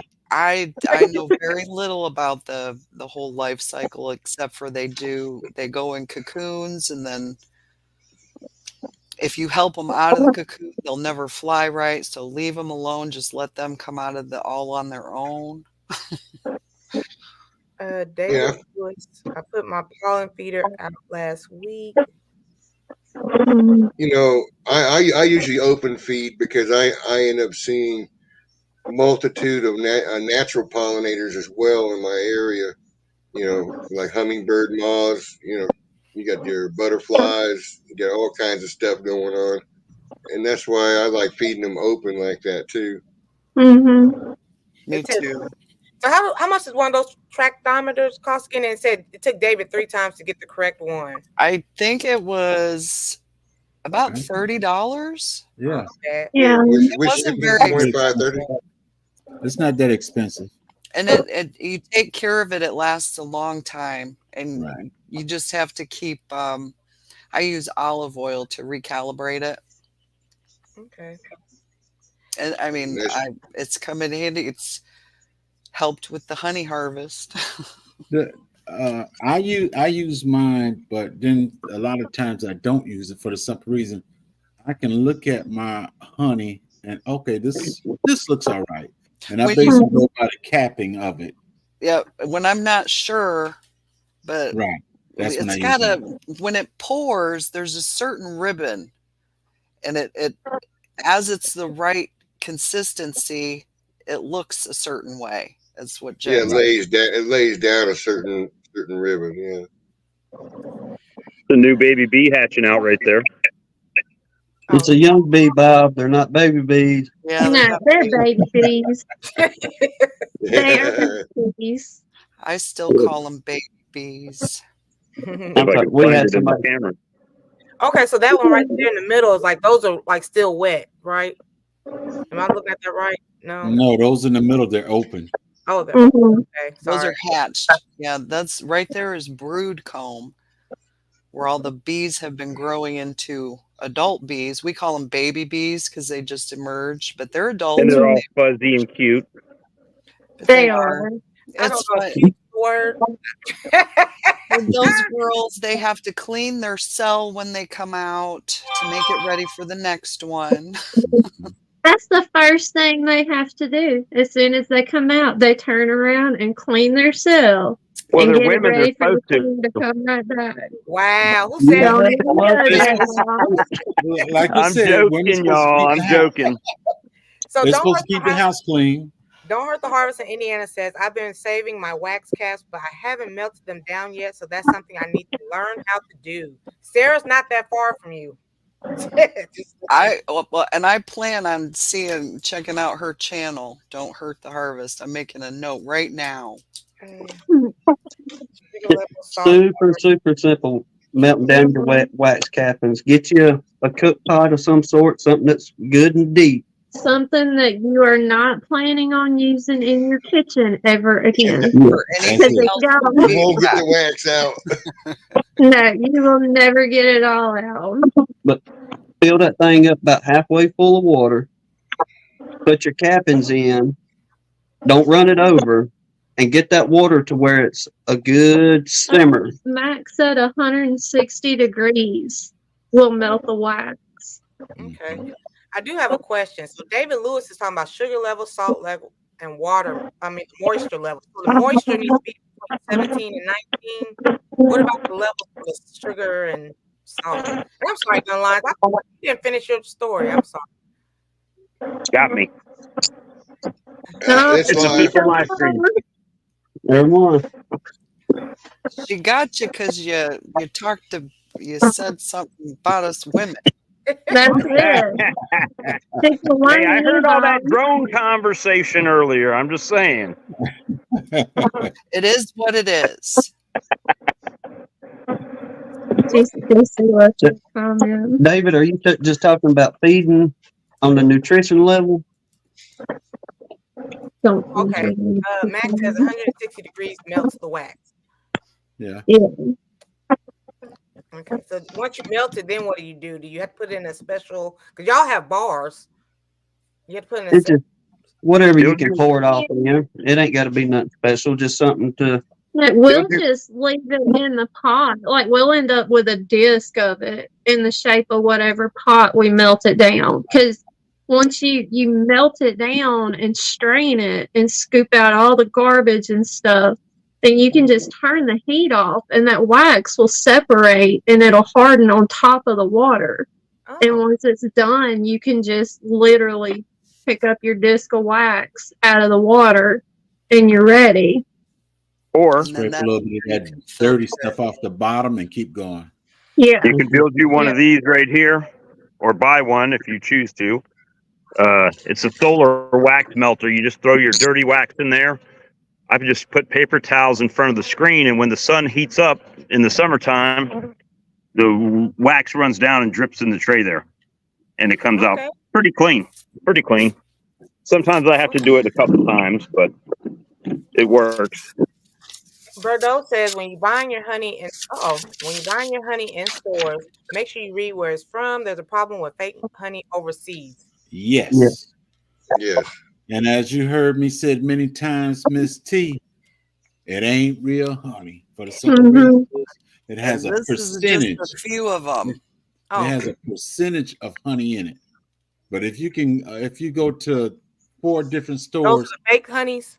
You go to the 4 different stores and you buy the same kind of honey from 4 different stores and they taste exactly the same.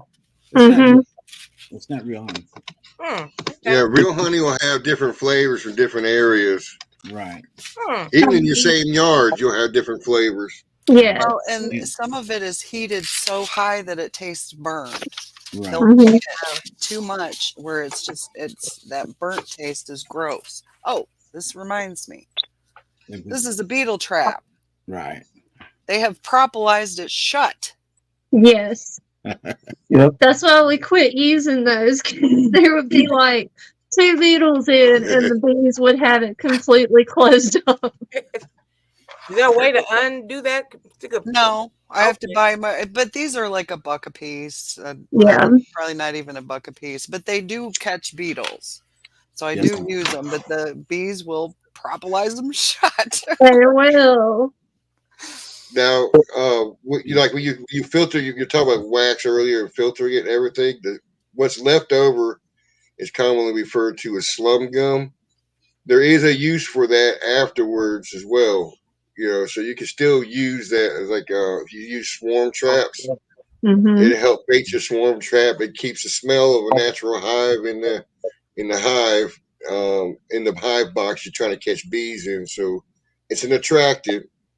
Although Bob also has a swarm lure too, we use sometimes, but Well, and you can put that slum gum in your garden too, just to mend your soil with it.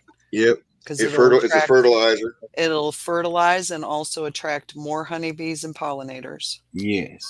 She is Sunshine said, if you live in a cold climate, could you put the hives in maybe a greenhouse to keep them from freezing? A lot of them do. Mhm. In the colder climates, they have bee barns and everything.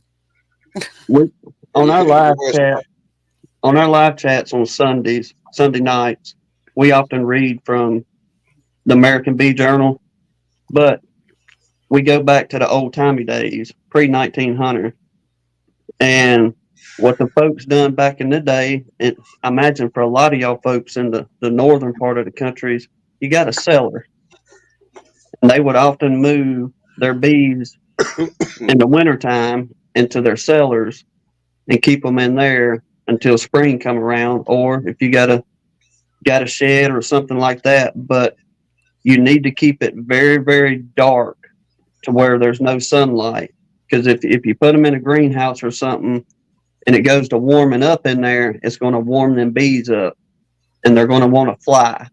Right. Well, they don't have anywhere to go except for inside that greenhouse, and what you'll do is end up losing numbers on your bees. So wherever you try to store them, it needs to be like zero light coming in. Don't Hurt the Harbor says she wraps hers in installation and duct tape, and wax is going for $10-15 a pound. Yeah, but you want to double that wax price. Put a wick in it. Put a wick in it. You'll get double that price. I'm not doing wicked nothing. All mine is going towards them bees. Wonky comb not allowed. That's a whole other live stream. That is. Yes. You always are knocking it down. That's why you always got a little bit of burr comb and stuff like that. They build it where they want to build it, and you're not going to convince them otherwise. Okay, let me see. Thank you, Tampa's Creek Homestead. Okay, we went from the 70s to the 60s now. It's 11:01. We keep going, or anybody need to leave? Or We good. I'm here for the duration. That's it. We're here to hang out, Miss T. Or usual, Jags in his 11 o'clock phone call. Let's see, Waxman. Let's see, what other questions? You want to put a wick in it? I will say something we haven't really gotten into yet, which is just a simple process. If you go to beekeeping and you run into this, but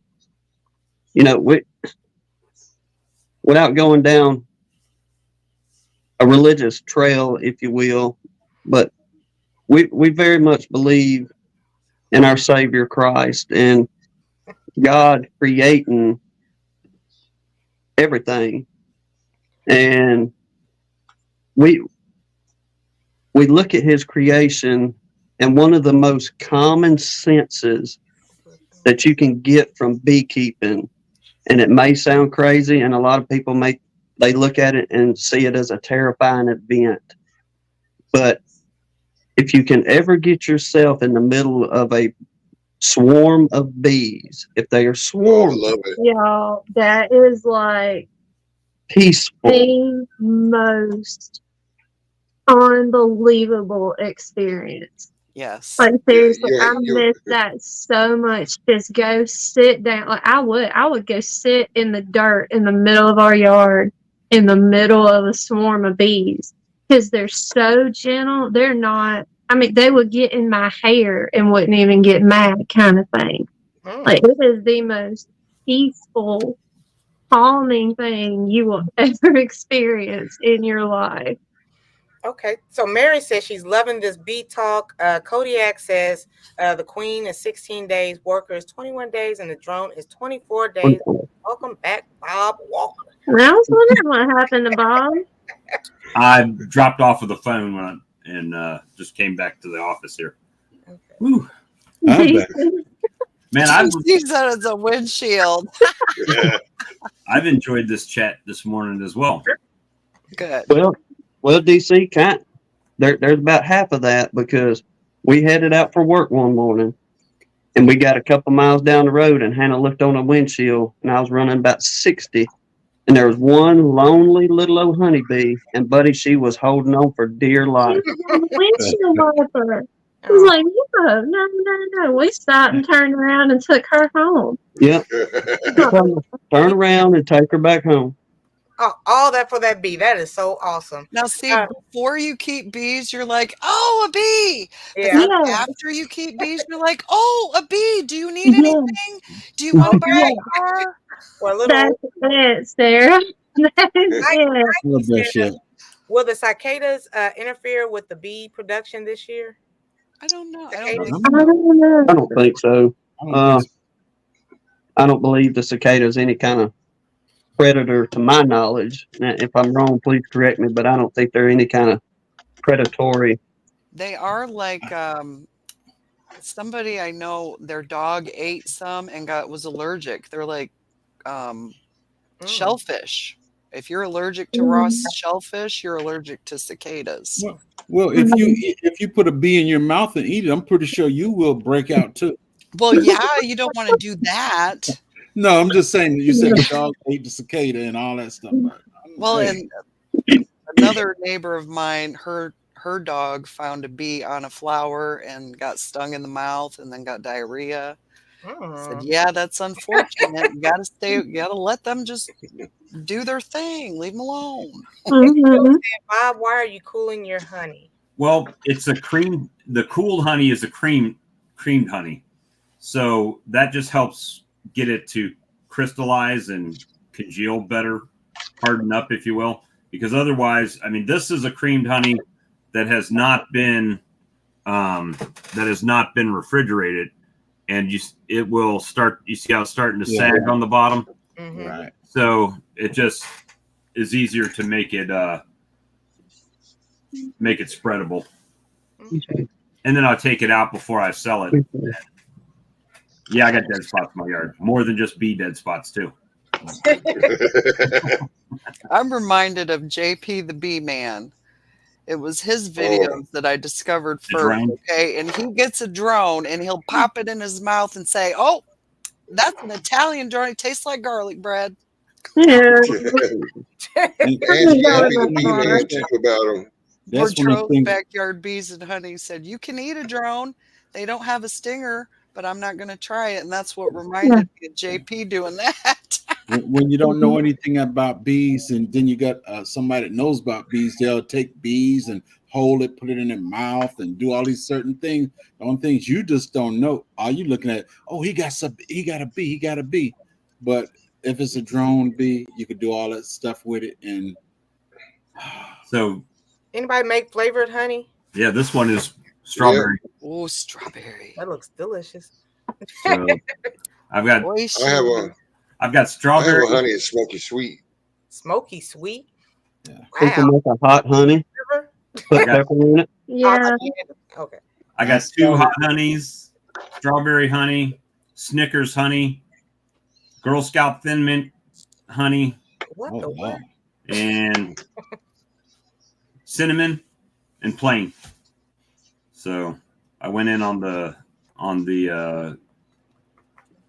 honeys. I started to do the cream honey, but somebody else I know started doing cream honey. So I said I'll let them do it. So I just went ahead and stopped doing Well, it. this goes back to the God, I don't want to take this stream over, but this goes back to our Beekenomics talk that they were talking about earlier, that Ed was ragging me about Beekenomics, right? Beekenomics. So you can get here where I'm at $10 a pound for honey, regular honey. I get $10 a half pound for flavored honeys. So if you're a smaller beekeeper, you're only going to make a certain amount of honey. So if you want to make the most money you can on the least honey, then the way to do that is, flavored honeys, hot honeys, creamed honey. Some people do a garlic infused honey. You know, it's just about maximizing what you're working with. Okay. Mary says, question. My daughter is interested in beekeeping. She wants to start with flow hives. Any suggestions on that for a beginner? Isn't Fermana the guy to talk to about a flow hive? Yeah, he doesn't come on too much anymore. Flow hives, I think if you're just going to get 1 or 2 hives, might be a good thing. But the problem is they're very expensive. Yes. And how much? Like $800, I think, last time I checked. But you don't have to buy the extractor and all that. So there's something to that, right? Mm-hmm. But it's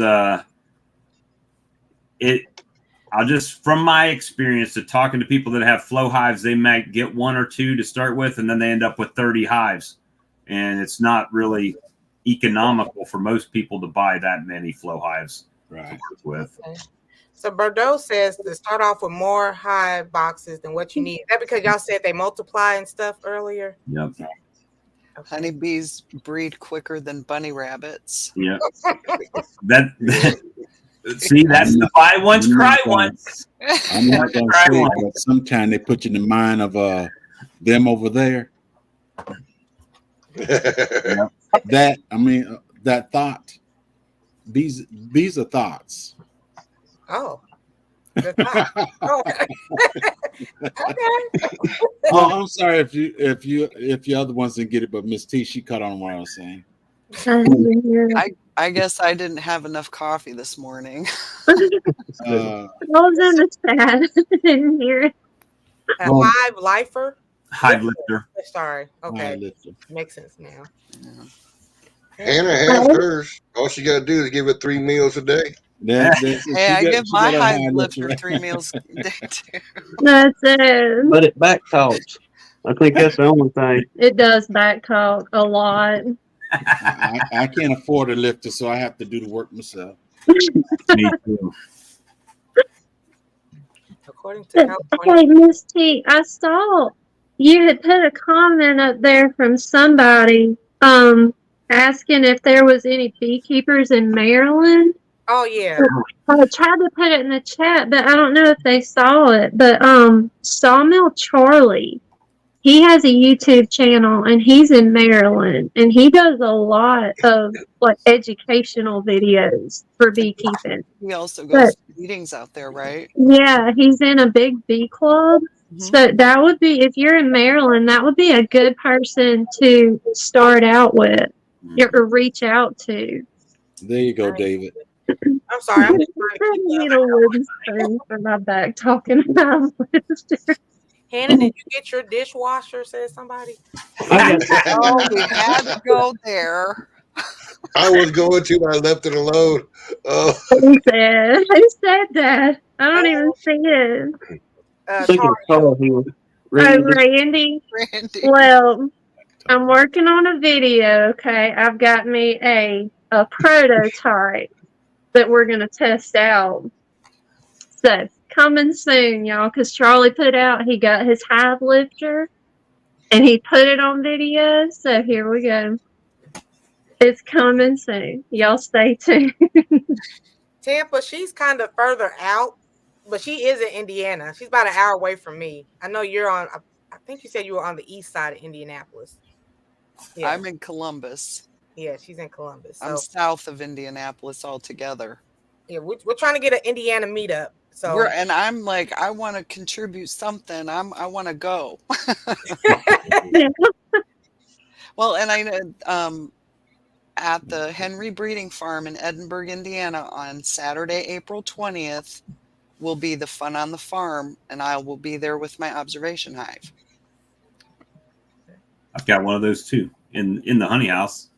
I used it one time to go to some 4th graders. And then I put it back in the regular hive. Well, it's good to move bees too because you can shut them up in there. Yeah. And if you're going to take them to another, there's a bunch of women in there. There ain't no shutting them up. We'll just go. We're going to continue with the theme. I just lost. Good one, Bob. Good one. Good one. Well, there goes half the viewers right there. I know, right? Actually, how long are you going to go, Miss T? Because I'll share this with my audience. We'll get another. Yeah, go ahead. I mean, if everybody's fine, we'll just keep going, I guess. Let's ride it till the wheels fall off. Ain't nobody Anne-Marie, gonna call me to work, so I'm good. Anne-Marie, if you could screenshot that. Gunline said they were dropping theirs, and Sarah dropped hers, and everybody's sharing it out on theirs, so it could get a little confusing. It's going to be Just a little. Yeah, if you want, because I shared it so that it would show up in my lives later when you're looking at my channel, because I want you to be able to see it later. But Miss T's is the place to be. A quarter of us are That's here. it. Okay, Bob, you just came up. Beekeepers are middle-aged men. What about Sarah? Hey. You don't have good filters between brain and mouth. Yeah, you don't. I'm trying to get my son. I'm still on the drone topic. I'm trying to get my grandson to follow my steps and do bees. I talked to him last night, told him how good it was. He said, Papa, I ain't getting stung. Okay. Hey, if I just saw that bee venom comment, absolutely. If you make cosmetics, if you're one of the people in here that make cosmetics, bee venom in the cosmetics, that's kind of like a natural Botox for wrinkles, because it's like Botox. It irritates the skin, which makes it a little bit puffy. Take them little crow's feet out and stuff like that. That's something we're looking into. Well, y'all people, I was talking to somebody in the chat, but a lot of people have no idea the amount of health benefits you can get from the venom. Like getting stung. That's one reason I miss it so bad since I turned so allergic to it. Because I have rheumatoid arthritis. And I got off of all the medications they had me on for arthritis just by taking bee stings 3 or 4 times a week. Like it's unbelievable what the venom can do for you. Okay. Do what, Bob? I said I take them 3 or 4 times a day sometimes. Yeah. I'm happy if I just get stung once. Oh, perfect. When my husband goes out there with me and he gets stung and I don't, I get jealous. That was my sting. Yeah. Yeah. So there's Riri in Maryland. They just put a wick on that wax, and bam, you got yourself a candle. But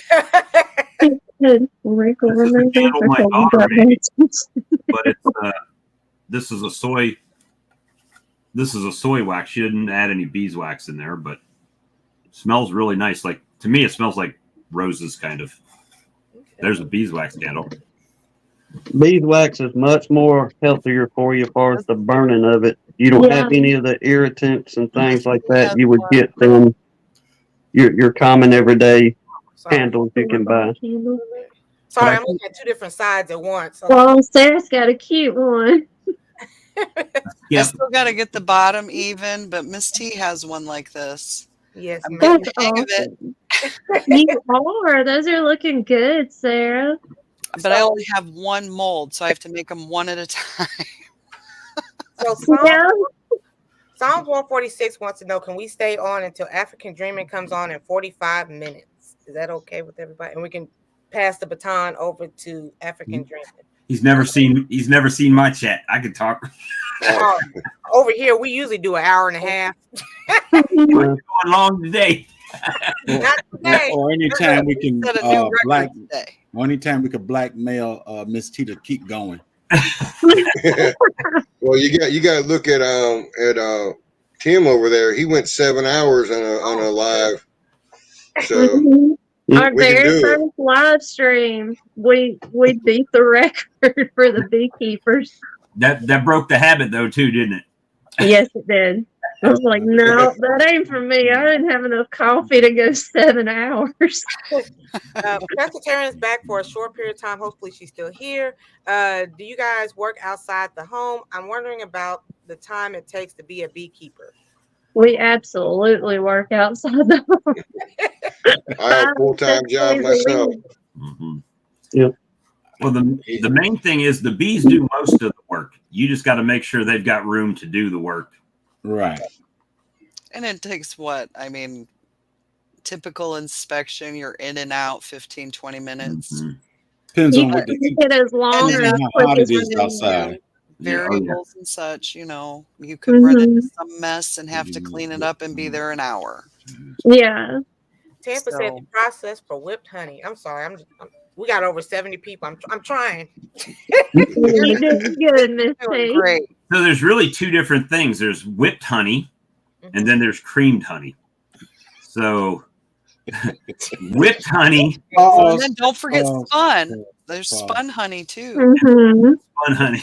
So with whipped honey, you could basically do that in just a mixer, right? But you're whipping air into it, and it's more frothy. A creamed honey is more like I forgot, I got peanut butter honey, right? So that's another creamy honey. So it's more spreadable with a knife. You put it on toast or a bagel, or Ed's got one there. Oh, sorry. Did I miss something? Okay. Oh, there it is. Okay, I'm sorry. My comments are on one side, and then everybody's on the other. There we go. That's creamed peanut butter honey. Wow. Excellent honey. If I you like do peanut have a butter. question real quick. Do you guys ever get tired of eating honey, like honey peanut butter, strawberry honey? I don't eat that much. I take mine straight from the bottle. That's my favorite. Wow. Pause. Okay. She's got to have a brown bag when she goes out in town. Hey, Miss T, I think I might end up losing my name to somebody else. Okay. Good morning, Aunt. No, the only time I take it straight from the bottle is when I use it in my garlic honey. That's the only time I take it straight. Other than that, I take it in my tea. And Let me tell you. if Go I ahead, don't have Jay. any cream, I'll put it in my coffee. Yeah, I love it in coffee.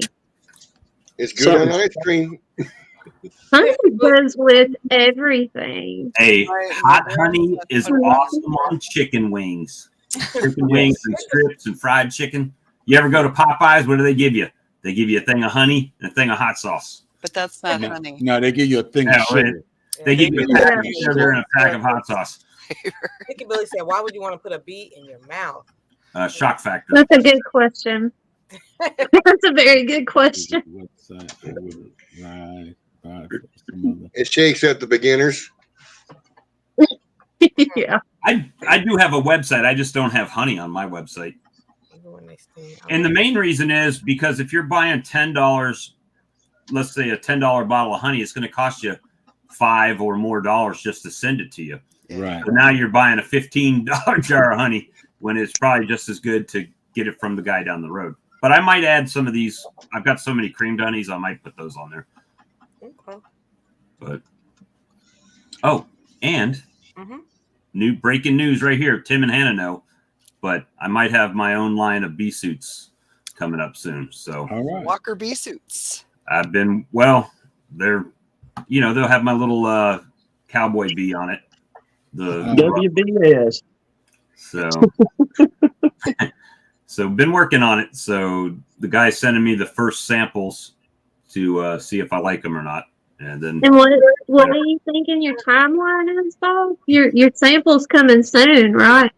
Well, I talked to the guy yesterday and negotiated pricing, and then he said your sample's ready to go out. I made some modifications because anybody that has seen me talk about the Guardian bee jacket, what's my biggest hang up? Velcro. Guess what? Guess what mine has on the pockets? Velcro. So it definitely will have Velcro on it. And Okay. so it'll be a reasonably priced mesh bee suit, lightweight mesh bee suit. So. The only thing I got to say, Bob, if somebody order a bee suit from you and they tell you that they're 6 feet, don't send them a bee suit for 6'6". You got well, see, my problem is I'm 6'2" and I buy the size that supposedly fits me, but when you bend over, your whole plumber crack. Bees find that 3/8 gap. I got a whole bee suit, and if I put it on, my leg is You got to be at least 6'6", and it'll fit you good. Yeah, T wants to know about purchasing a beekeeper package on Amazon. It comes with the suit and all the tools you need for beekeeping. Do you guys recommend Amazon? Yeah, after That's how we started. Like that was our first set we bought was off of Amazon. And we still have those boxes. Like they held up fairly well as long as you treat them. Like either paint them or put a varnish or something on them. Like we use marine varnish because we don't like the paint and we like the raw wood look of the boxes. So as long as you take care of it, it'll last you.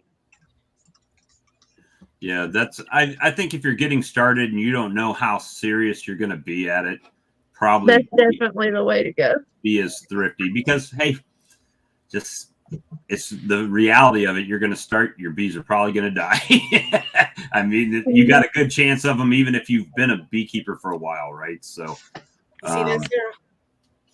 Oh yeah, Greenwood. I've been talking about meeting Miss T in Greenwood Yeah, that was our meetup spot. because that's halfway for each of us. So I'm I'm excited. Sandra's in Chicago. She wants us to go up to Gary. Or Hobart. I don't know, but that's way up north up there, isn't it? We got to find middle ground. what I understand is if you go to Gary, you'll have to wear like bulletproof vests. Yeah. So Kevlar bee suits. We got to make our bee suits bulletproof. What? If we go to Gary. Don't forget the pack.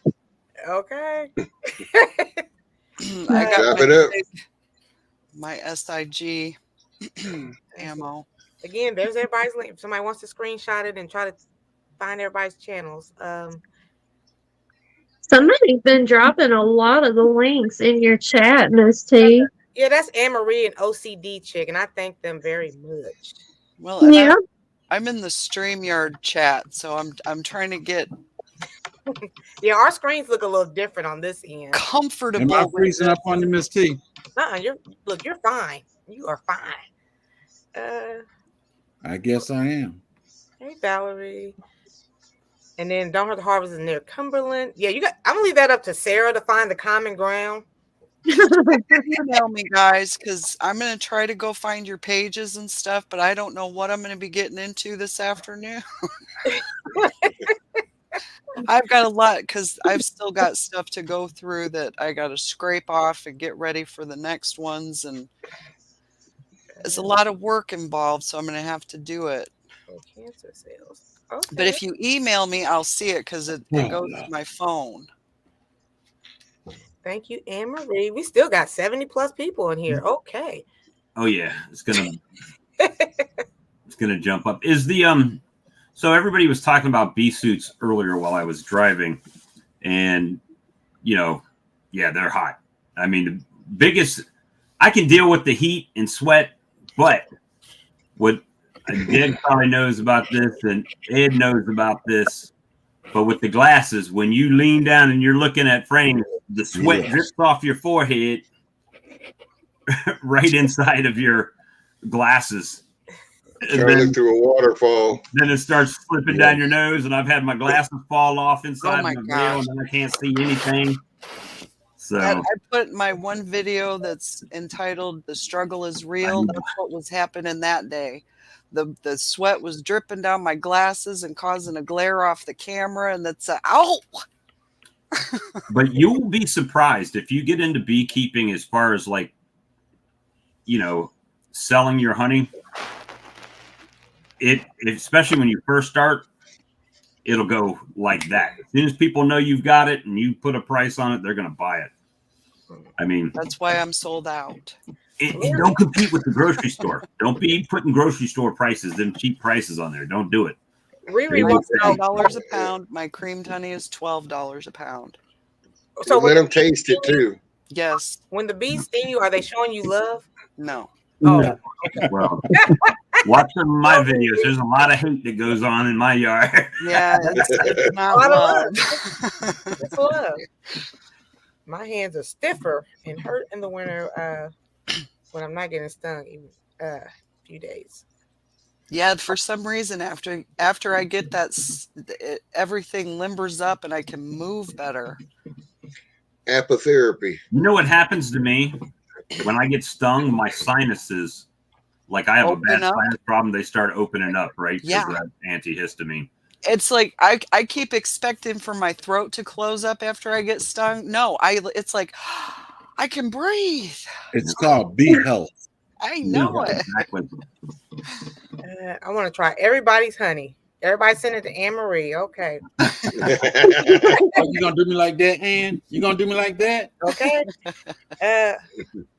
Oh, Bordeaux said he has time today. I'm not doing 7 hours, so Miss T said, "No, I got some things to do soon too." No, if I do 7 hours, ain't no work gonna get done out there on that beehive. Well, you know why we do all that time is because we're no life beekeepers. Ain't got no friends to talk to the, the bees and to YouTube. That's what we talk to. I tell my bees everything. And I thought it because I didn't have a real job. Yeah. Do you guys recommend putting a large hive on a super for honey flow season? Do you recommend large? I'm actually talking about deep hive. Oh, I don't know. I mean, all we run is deep boxes for the most part. Yeah. I mean, we'll let them go and they'll fill them puppies up just as quick as they'll fill a medium up. Right. Yeah, so I was using mediums and I'm getting away from that. So I'm going to all deep boxes, and it's more of a economics reason, right? A medium box costs the same as a deep box. You can use the deep box as a brood chamber. Some people use mediums, but most people don't. And the frames for mediums are a little bit more expensive. So it's a little bit if you cheaper. put a Or they do that. medium in a deep box, you get this. Or you They can make buy their them. own. You can order them from Sarah. They're called convertible frames. I I've got didn't some of have those a too. deep frame in my. I only had a medium frame to put in my deep box, and so they filled in the space. Lord, anybody eat more than 5 gallons of honey a year? I don't think I eat that much. I eat very little honey.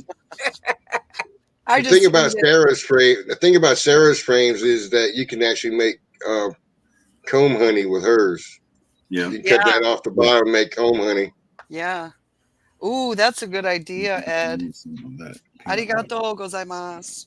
Yeah, everybody wants that peanut butter honey now. The peanut butter honey? Yeah. The most honey we usually eat is what Hannah typically cooks. I know a little bit, Sarah.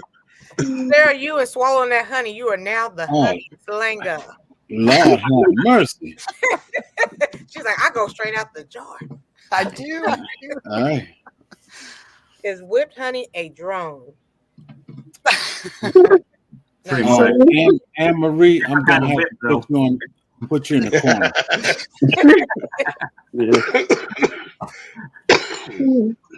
Hey, Miss Shirley. I like seeing Miss Shirley in the chat. Everybody. And the misconception is that you need a lot of land to do bees too. You don't. Okay, sunshine. You can keep them on your roof. Yep. The main thing though is if you are in a HOA of any sorts, you better rummage through that paperwork and make sure they don't have any fuss about having livestock. Yeah. Yeah. Dot your I's, cross your T's. Yeah. Because you're not going to be able to say those bees are your children. That one ain't going to work there. No, they're not dependents. And I mean, imagine they that are tax return. dependents, but- I got 1 million children in this colony. 10 colonies, 50,000 a colony. That's pretty good a number of children. Deductions. Bob and Son of One. She needs to know y'all channels because she want that flavored honey. Oh, Walker Bee Ranch is mine. And that's Son of One Bees up there. Yeah. 263. Yeah, 263. And Don't forget that. You can actually Google that, and I have my phone number on there and address. Wow. a PO box or an address? It's an actual address, street address. You got a Oh. Guinness Book of World's Record winner right there. Beekeeping gardening. Oh, really? Yeah. Yes, as a matter of fact. He grows very large vegetables. Oh. Like I think that was a zucchini or a Now where? And I'm cucumber. forgetting the area that he's in. I know it's across the pond. Yeah, he's in the UK, but I'm not sure what Yeah. town.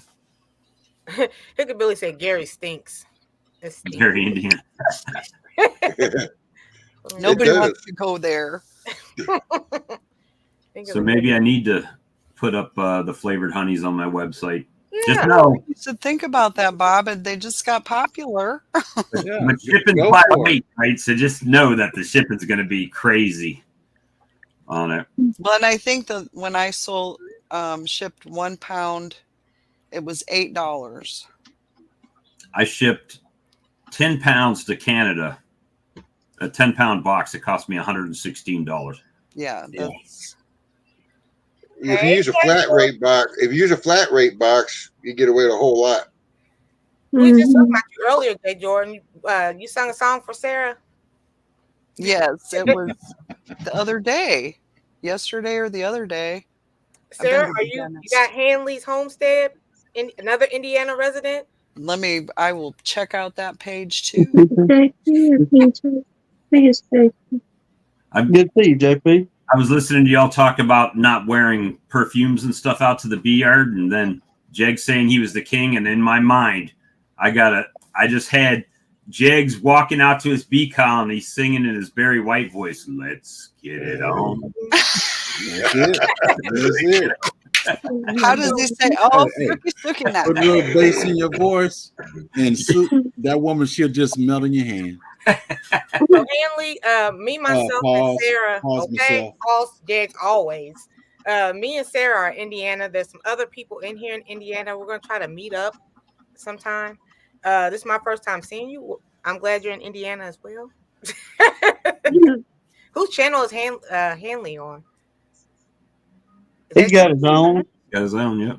Oh, okay. There's on his if you Oh, want. I don't know. There's so many people shared this stream. I know.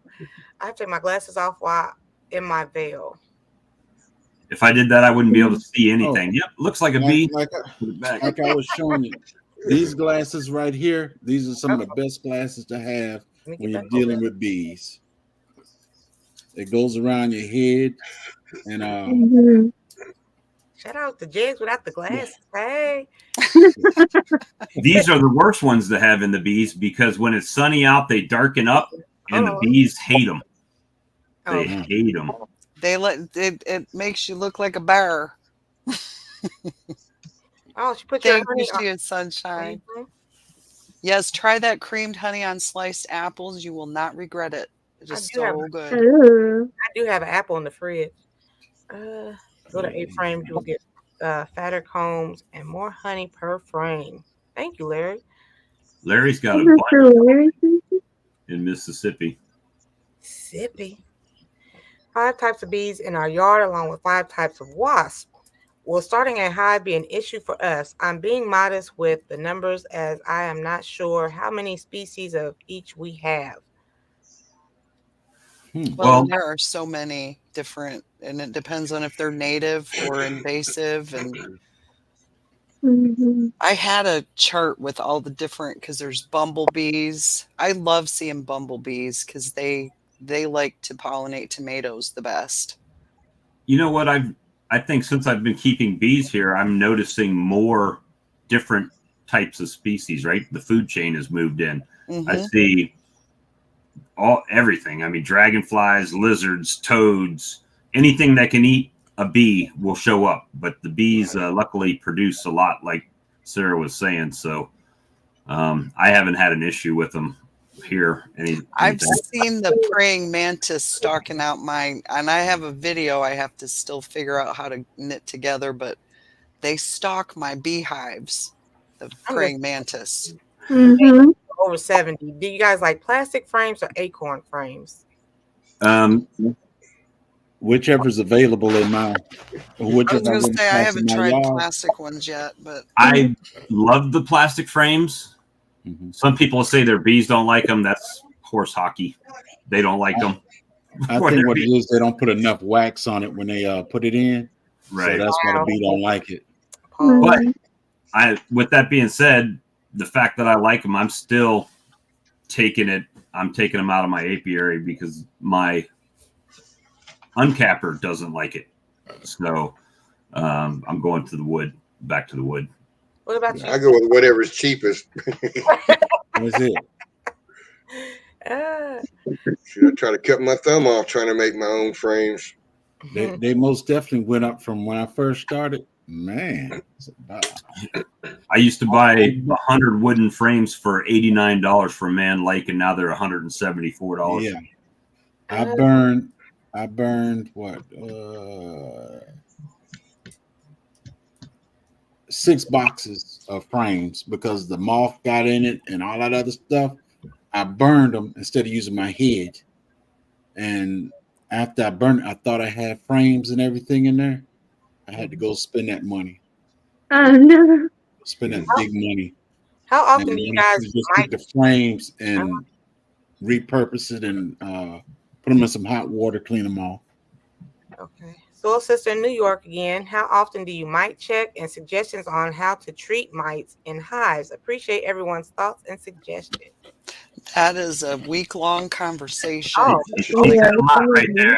That's a lot.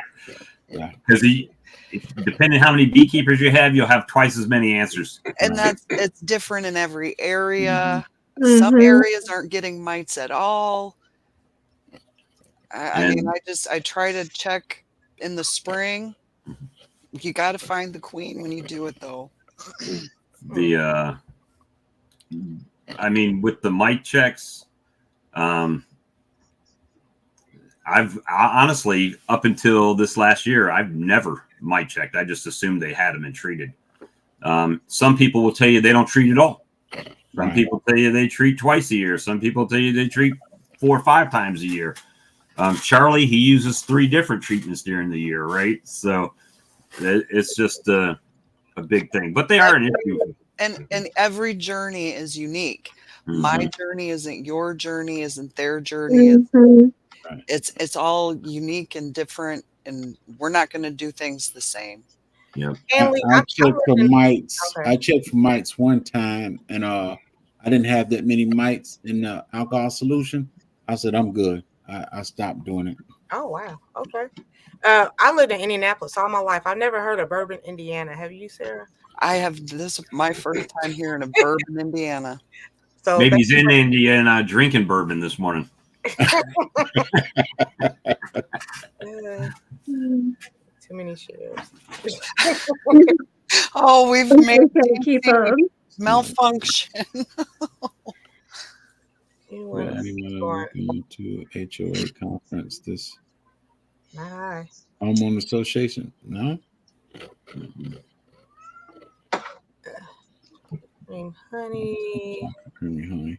Yeah, that Snickers creamed honey was my #1 seller this year. But the Girl Scout Thin Mint cookie one, it tastes all right to me because I like mint and I like chocolate, so it tasted fine to me. But some people just aren't mint people, so it kind of didn't do that much. Hey, girl, dad. Cooking and deliciousness. All right.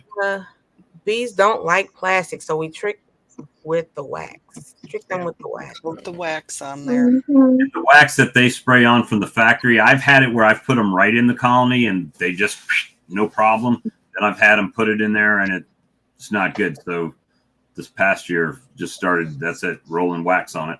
Wonkiness. I think the heavier it is, the more they like it. Yeah. I would get a salt gun for the praying mantis to really have fun. I have thought about it. Praying mantis is good for your garden. Not worth the added danger of making your own frames. Yeah, I took a big chunk out my thumb with a table saw. Ooh, I didn't lose it. Well, I didn't lose it. Those are the reasons I'm reluctant to do, because my husband does the woodworking stuff. That's his area, right? Mhm. If I say, honey, please make me, Yeah. I need another box, he'll do that. And I'm trying to get comfortable with the equipment to use it. But I think, no, because if I do, I'll just cut off the whole arm. Wow. No, Sarah, it's not that Working, bad. It's not as rolling overwhelming. around. Tiny sis, It's Mm-mm. not. we all It's have not like creatures. you think. Oh, I'm sorry. I'm trying not to cut you guys off. I'm just. You good, Miss T? We I all still have, have the phone. we have 80 people in here. Shout out to that. Oh, I know we all have creatures. You mentioned in our yard. I'm just afraid of the murder hornets coming in. Is this a concern for any of you? It's not stopping me from starting a hive. No, because Mm-mm. those hornets can be dealt with. You can get glue Yeah. traps, and they have pheromones that'll work against them. I watch the Japanese beekeeping videos. And bees are pretty smart. If you've ever watched a video where they'll let one come in the colony, and as soon as it attacks one, they just Yep. They will cook that thing alive. And they will cook it. Things can handle a hornet, but they're not like the hornets. At least here, in our experience, anyway, the hornets don't like invade the bees. Because like when we have open feeders, like sugar water out, you'll see wasps, 2 or 3 different kinds of hornets, yellow jackets, bees, and everybody's in there together, and nobody's fighting or anything. Like I used to feed them out of my hand. I would literally just pour a bunch of honey in my bare hand and go sit out there, and they would all just be all over my hand, crawling all over each other, feeding together, and no problem. So she had bald-faced hornets in her hand, honeybees, It, all that. it's not I like got a video. yeah, we do put a They got video. It's an older one, but yeah, her out there feeding them, and them hornets and bees, everybody congregated together. Yeah, it's not like just ongoing warfare between hornets and bees kind of I thing. don't deal with HOA. Yeah, we all thought it was homeowners. You're talking about homesteaders of America. Okay. Oh, Oh, I thought you were talking about like homes. Okay. homeowner yeah, association. yeah. Yeah, I don't know what that is either. Oh, the homesteaders of America. America. We thought you were talking about home association, homeowners. homeowners association. Glad we cleared that one up. Yeah, Right. homesteaders. I don't plan on going to any conference. Well, and there's one coming up close in Muncie. It's for the Indiana beekeepers. I can't go to that one right now. I had to give my money to the dentist. Mm. But we're getting it. It's good. Mac does that too. Max Apiary with the hot gun. Right. Need a video of that.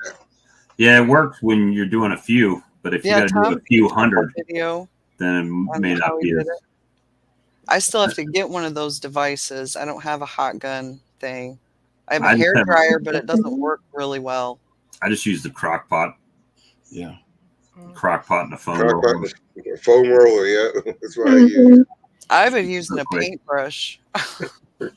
Only thing is, I end up painting my What up, counter with Dewey? wax and my floor with wax and everything with wax. I've got Yeah, that's why we have it set up to do it outside. Yeah, That carport. does not happen in my kitchen anymore. well, and the wax, if it gets on the bottom of your shoe and then you track it, it will not come out of the carpet. Ask me how I know. No, it won't. Propolis is worse. Well, Much worse. I'm gonna tell you the reason I got my solar wax melter is because I was melting wax on the stove and I was pouring it into a 5-gallon bucket, and the bucket kind of Woo. tipped over. And But God, it be does serious. leave it, because then when it solidifies, you can get it off better. But if you try to mop it up when it's wet, you're going to make a bigger mess. I've got a wax dip floor right now. In one spot. Pete, you just go ahead and get the bees and stop being scared. Just get it and enjoy it.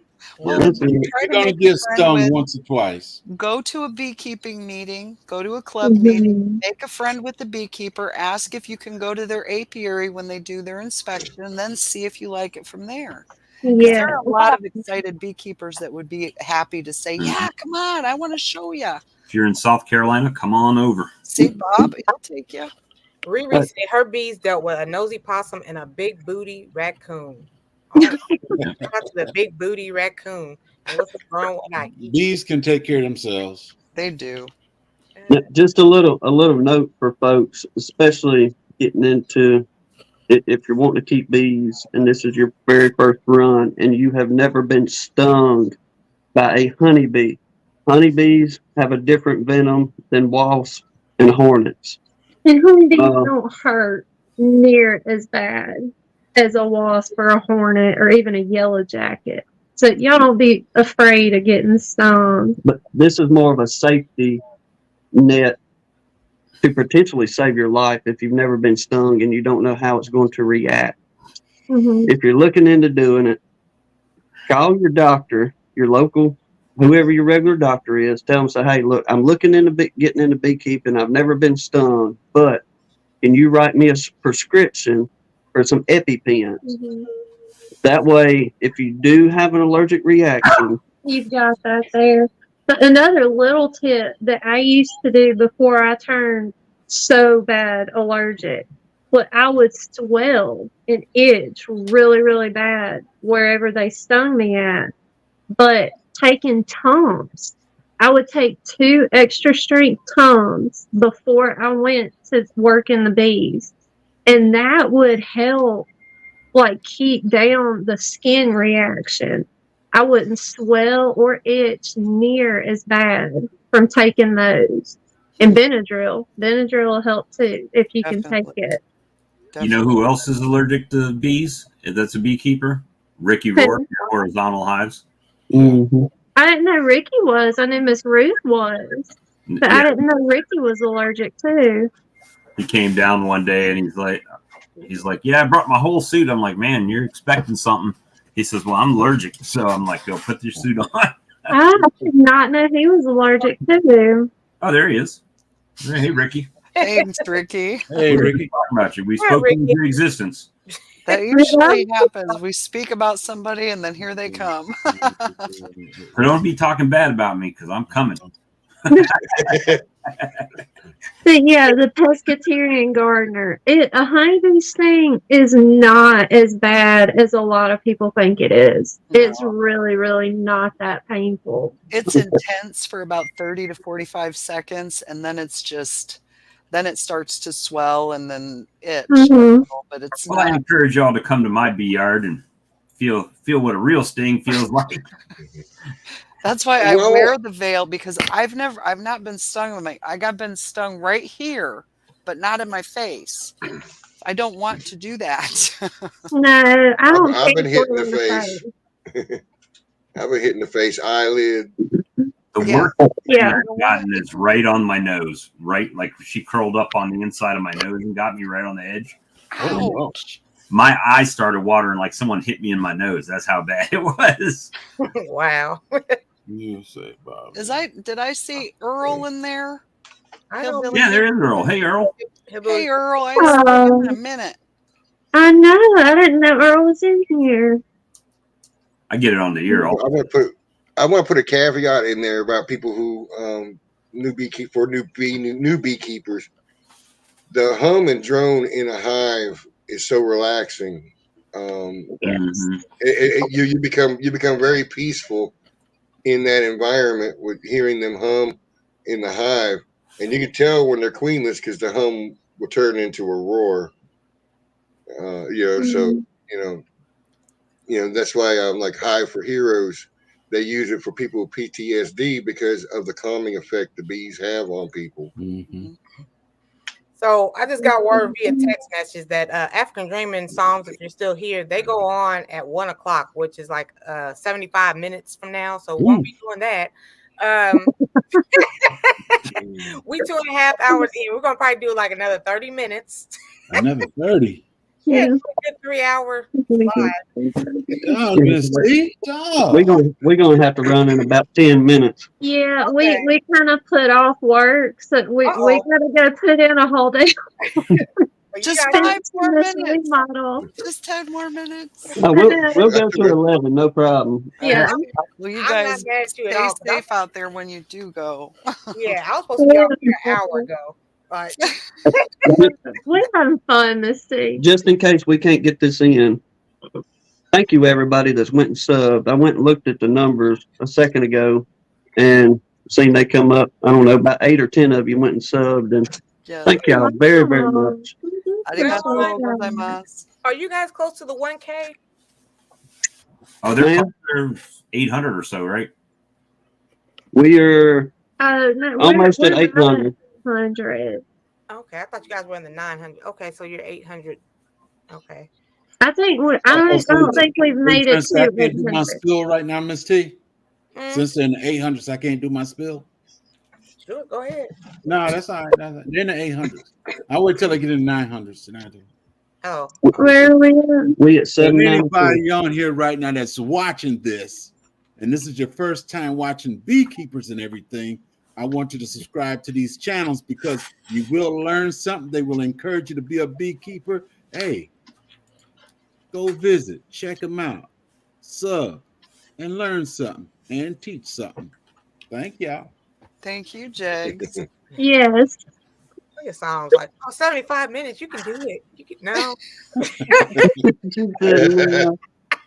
I'm living off of one donut. Everybody eat breakfast? Anybody eat breakfast this morning? Just coffee? I just had coffee. Just coffee. Oh, you guys are just fine with that. Just living off of coffee. Well, I my had to stomach ham- is different after my gallbladder is out. Oh. It's weird.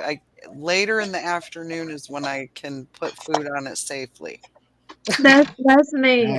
I do coffee till about 1 or 2, and then I can I eat get something. I get my honey, I drink my coffee, and then I just kind My of honey. Oh, Right out the jar. well, thank you, Walker. You're welcome. Bob Walker. Wow. He Every time I is, see- he is really a good guy in spite of all of his. I take a lot. I got broad shoulders. I can take a When lot. I see Walker, I want to say Texas Ranger. That's fine. Right? Lotus says she subscribes to everybody. So did Tampa. Awesome, y'all. Thank you guys. Yes. We do Appreciate the appreciate support. it. So I feel like I should stop complaining about not eating because you guys, live off of coffee. Girl, I run on coffee. Coffee and honey, yeah, mostly. Well, I try to do like toast or something, but I just wasn't. I guess I was just too excited to be here this morning. Mm-hmm. Hey, And my coffee too. I only had coffee too. Now Sarah's got to do her own lives. It's coming up March I 9th. can't wait. March 9th is my big anniversary live stream. I'm going to try to go live from my channel before then to practice. So stay tuned. Oh, we will. And Grammy Lisa said she had been talking to a couple people that she was going to start trying to do some more live streams. Yes. I was like, finally, some women are going to do live streams. Because we can keep bees too. Yes. Sarah's Happy Hives is spelled without the H in the Sarah. So it's Yeah, I'm a S-A- no H. My parents couldn't afford the H. I'm just SARA. I'm gonna try to catch as many live streams as I can next week, but I'm gonna be on the road. So Well, stay safe on the road, Bob. No live streaming and driving. That's dangerous. He probably live streaming from Canada. I'm gonna try. We'll see. They might boycott me at the border if I go live. So David said this was a great live. We got about 20 minutes. Anybody want to add anything? Hey, Grandma Faye. Hey, Faye. No, see, Tim was over there talking a lot till I came in. This is exactly why I stay out of a lot of live streams. I was suckering you in anyways earlier when I was talking about Beaconomics. I knew you'd follow up. Yeah, that's my favorite Thanks, subject. pescatarian gardener. Appreciate you. Yeah, and sub to Um, everybody else too, because they have great content as well. Look, I tell y'all the God's honest truth. If you just want to see an absolute hilarious train wreck of what not to do, go check out our video. Oh, wow. Well, and don't be afraid to make mistakes. You're going to make No, mistakes. Just learn what you can and don't compare yourself to anybody or you'll compare yourself Yeah. right out of the room. that's it. Just Beekeeping for have fun. Dummies. Yes, I have That was, one. that was very helpful. Trying to Mhm. find out about the bees and everything. What about the Beekeeping Bee for Bible? Dummies. What about Oh, the I Yeah, got that too. Jake, was one person in the chat already said I went and ordered that Beekeeping for Dummies just now. They got it on the Hey. way. Oh, there goes I've Sarah. got that one as well. Beekeeper's Yeah. Bible. That book is too thick to be holding up. I got it sitting right there. Hey, I've got a question for the panel. Okay. There's a lot of good information. If there was a brand new beekeeper, someone looking to get into beekeeping, and they've made the decision they're going to get bees, what would be the one thing that you would recommend them to do or not to do or whatever when they start? Take your time and be patient. Yeah, be patient. Don't be scared. Because they can tell when you're scared. I promise. Or it seems like they can anyway. Just like you said, just take your time. Take your time learning. and learn everything you can about the Apis mellifera. Mhm. What they like, what they don't like, because there's a lot of things that there's a lot of things out there that some beekeepers tell you it's not true, like bananas. If you eat a banana before you go out in the hive, you're going to get stung. Somebody did you can eat a banana and won't get stung. We've taken bananas down there and fed them and didn't have a problem. See, Yeah. so it's like, well, but it does smell like their attack pheromone. If you start A little smelling bit. bananas, they're stinging. I have a question. So if you drop the box, they get mad. Yes. Oh, they get Oh, furious. yeah. I Definitely got the don't drop. frame one Don't time. I drop never it. dropped the whole box, but Or just a oh frame. my gosh. Even if you just drop a frame in there, they come out like little Right. starfighters, little TIE fighters. Once you've been keeping There's bees for Sarah's a geek. while, you'll see stuff. You'll learn to do stuff that you see other beekeepers do, like wearing them big gloves and all that stuff. I don't do that anymore. Oh. I wear rubber gloves because I want to be able to hold what I have. Mhm. Them big gloves, they just get in the way. Oh my Yeah, word. I agree with I you, use Jay. I want to I do use the it. 9 mil, gloves. Right. Is too sticky, so I use those nitrile gloves.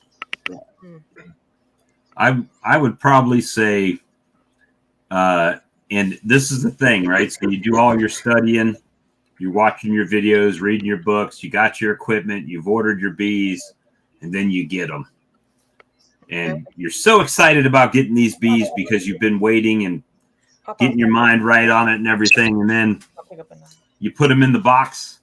And the first thing you want to do is go out there and check them every day. What's my bees doing? Are they building comb? So my advice is fight that urge. Don't. Right. Don't. Yeah, don't go. There's That's nothing. why you have to get more than one. And my goal was to have 7 so that I That's could what get I was in one going to say. every day. That Now way I've you got- can. Now I Get your can get bee in a fix, couple right? each day. But Yeah. So I mean, that's the thing is, when I started, that was me. I wanted to go out and check them every day, right, and see how they're doing. But really, I found out very quickly there's nothing that you can do when you first start but mess up, right? Mhm. You leave them there, they're going to do what they're supposed to do. But every time you go in there, you're disrupting what they're doing. So give them a couple weeks before you go in there and check them out. Definitely. You let them do it. Well, what I gotta say though is my name is Ed. I'm addicted to bees. Hello, Ed. Hi, Ed. Ed said, "Don't get discouraged." And Soul Sister wants to know the link for David Lewis, please, if he could put. He just typed it in, Miss T. Okay, thank you. Yeah, Miss T, I'm sorry, but we've got to jump off and go That's to work and be adults for a little while. I'm Yeah, so you That's right guys, behind you. That's all right. Miss T saying, I wish y'all hurry up and get up off here. Y'all taking too long. I But thank told you him, so much for inviting us on, Miss Yes, T. We ma'am. really had a good time with y'all. see y'all I later. enjoyed y'all. Yeah. Anna. Y'all Y'all take care. care. See ya. Bye-bye. The people who did subscribe to Gun Lines, if you guys could please at least watch a video so it sticks. yeah. Sticks like honey. Well, you go in, you watch the video, you leave a little comment like, "Hey, from Miss T's channel." Then you like it, then you subscribe. I think was it Old Fart Gaming taught us that. Yeah. Yeah, And they're if on the road to 1K. So yeah. And if you really like bee chats, they're basically a bee live bee chat every night of the week. You could probably find one. Somebody somewhere is talking about bees. Usually, I go myself usually Monday or Saturday, or sometimes Monday and Saturday. Sometimes he goes every day. And then Lee and I go on Tuesdays, Mhm. and then Stream Teams on Wednesdays, and then Ricky at Horizontal Hive is on Thursday, and Sawmill Charlie's on Friday, and then I'm on my Saturday. Saturday stream is usually later at night, and I think Ed's trying to start a Saturday stream. Well, and I was Yeah. thinking about because my first official live stream is going to be on a Saturday, and I'm thinking maybe I might want to try Saturdays because Saturdays are good. What I've found is any day we go live, people watch it. I mean, it's amazing that I could go 9 o'clock in the morning or 1 in the morning, and It was about 9 o'clock in the morning. I found Bob. He was live streaming, and I was just still taking care of my dad, and he was napping, so I went on the YouTube looking, and I found his live chat. and Gun Lines is on Sunday. Done live on Yep. Sunday. Sunday Most night. of them are right around 8 o'clock usually. Most of the streams. I think Ed, yours starts a little bit earlier, doesn't it, on Saturday, or it has been? Yeah, I've been trying to get it started around 5. And we just like to talk beasts. So, Miss T, we'll close the club down if you let us. I'll start when I do my new beehives, then I'll start my bee channel. So I'll have my regular garden channel and a bee channel. Well, let me know. I'll come over and sub. Everybody's saying this was a fabulous live. Everybody sub to everybody. Please make sure you watch the video or a video so it can stick. Okay, we're caught up with the live. All right. So thank you guys. This went absolutely well. Everybody enjoyed it. Miss T, we want to thank you for having us all today. Yes. Not many Yes, people ma'am. want to pull us bee people up here together. So I just want to say thank you. And You know what? I want to give a shout out to Jazz. we'll This do is it. one of the We'll first do it times again. nice. Towards the end. Usually like going longer, Miss T. Well, hey, it's after 12 o'clock, and I got some work to do out there on the carport. Uh-huh. I gotta go out there and shave some wood and cut some more wood, and it's just gonna be a wood type day. Well, you have a good day. My daughter's needing me, and yeah, I'll see you guys out here in these YouTube streets. All right.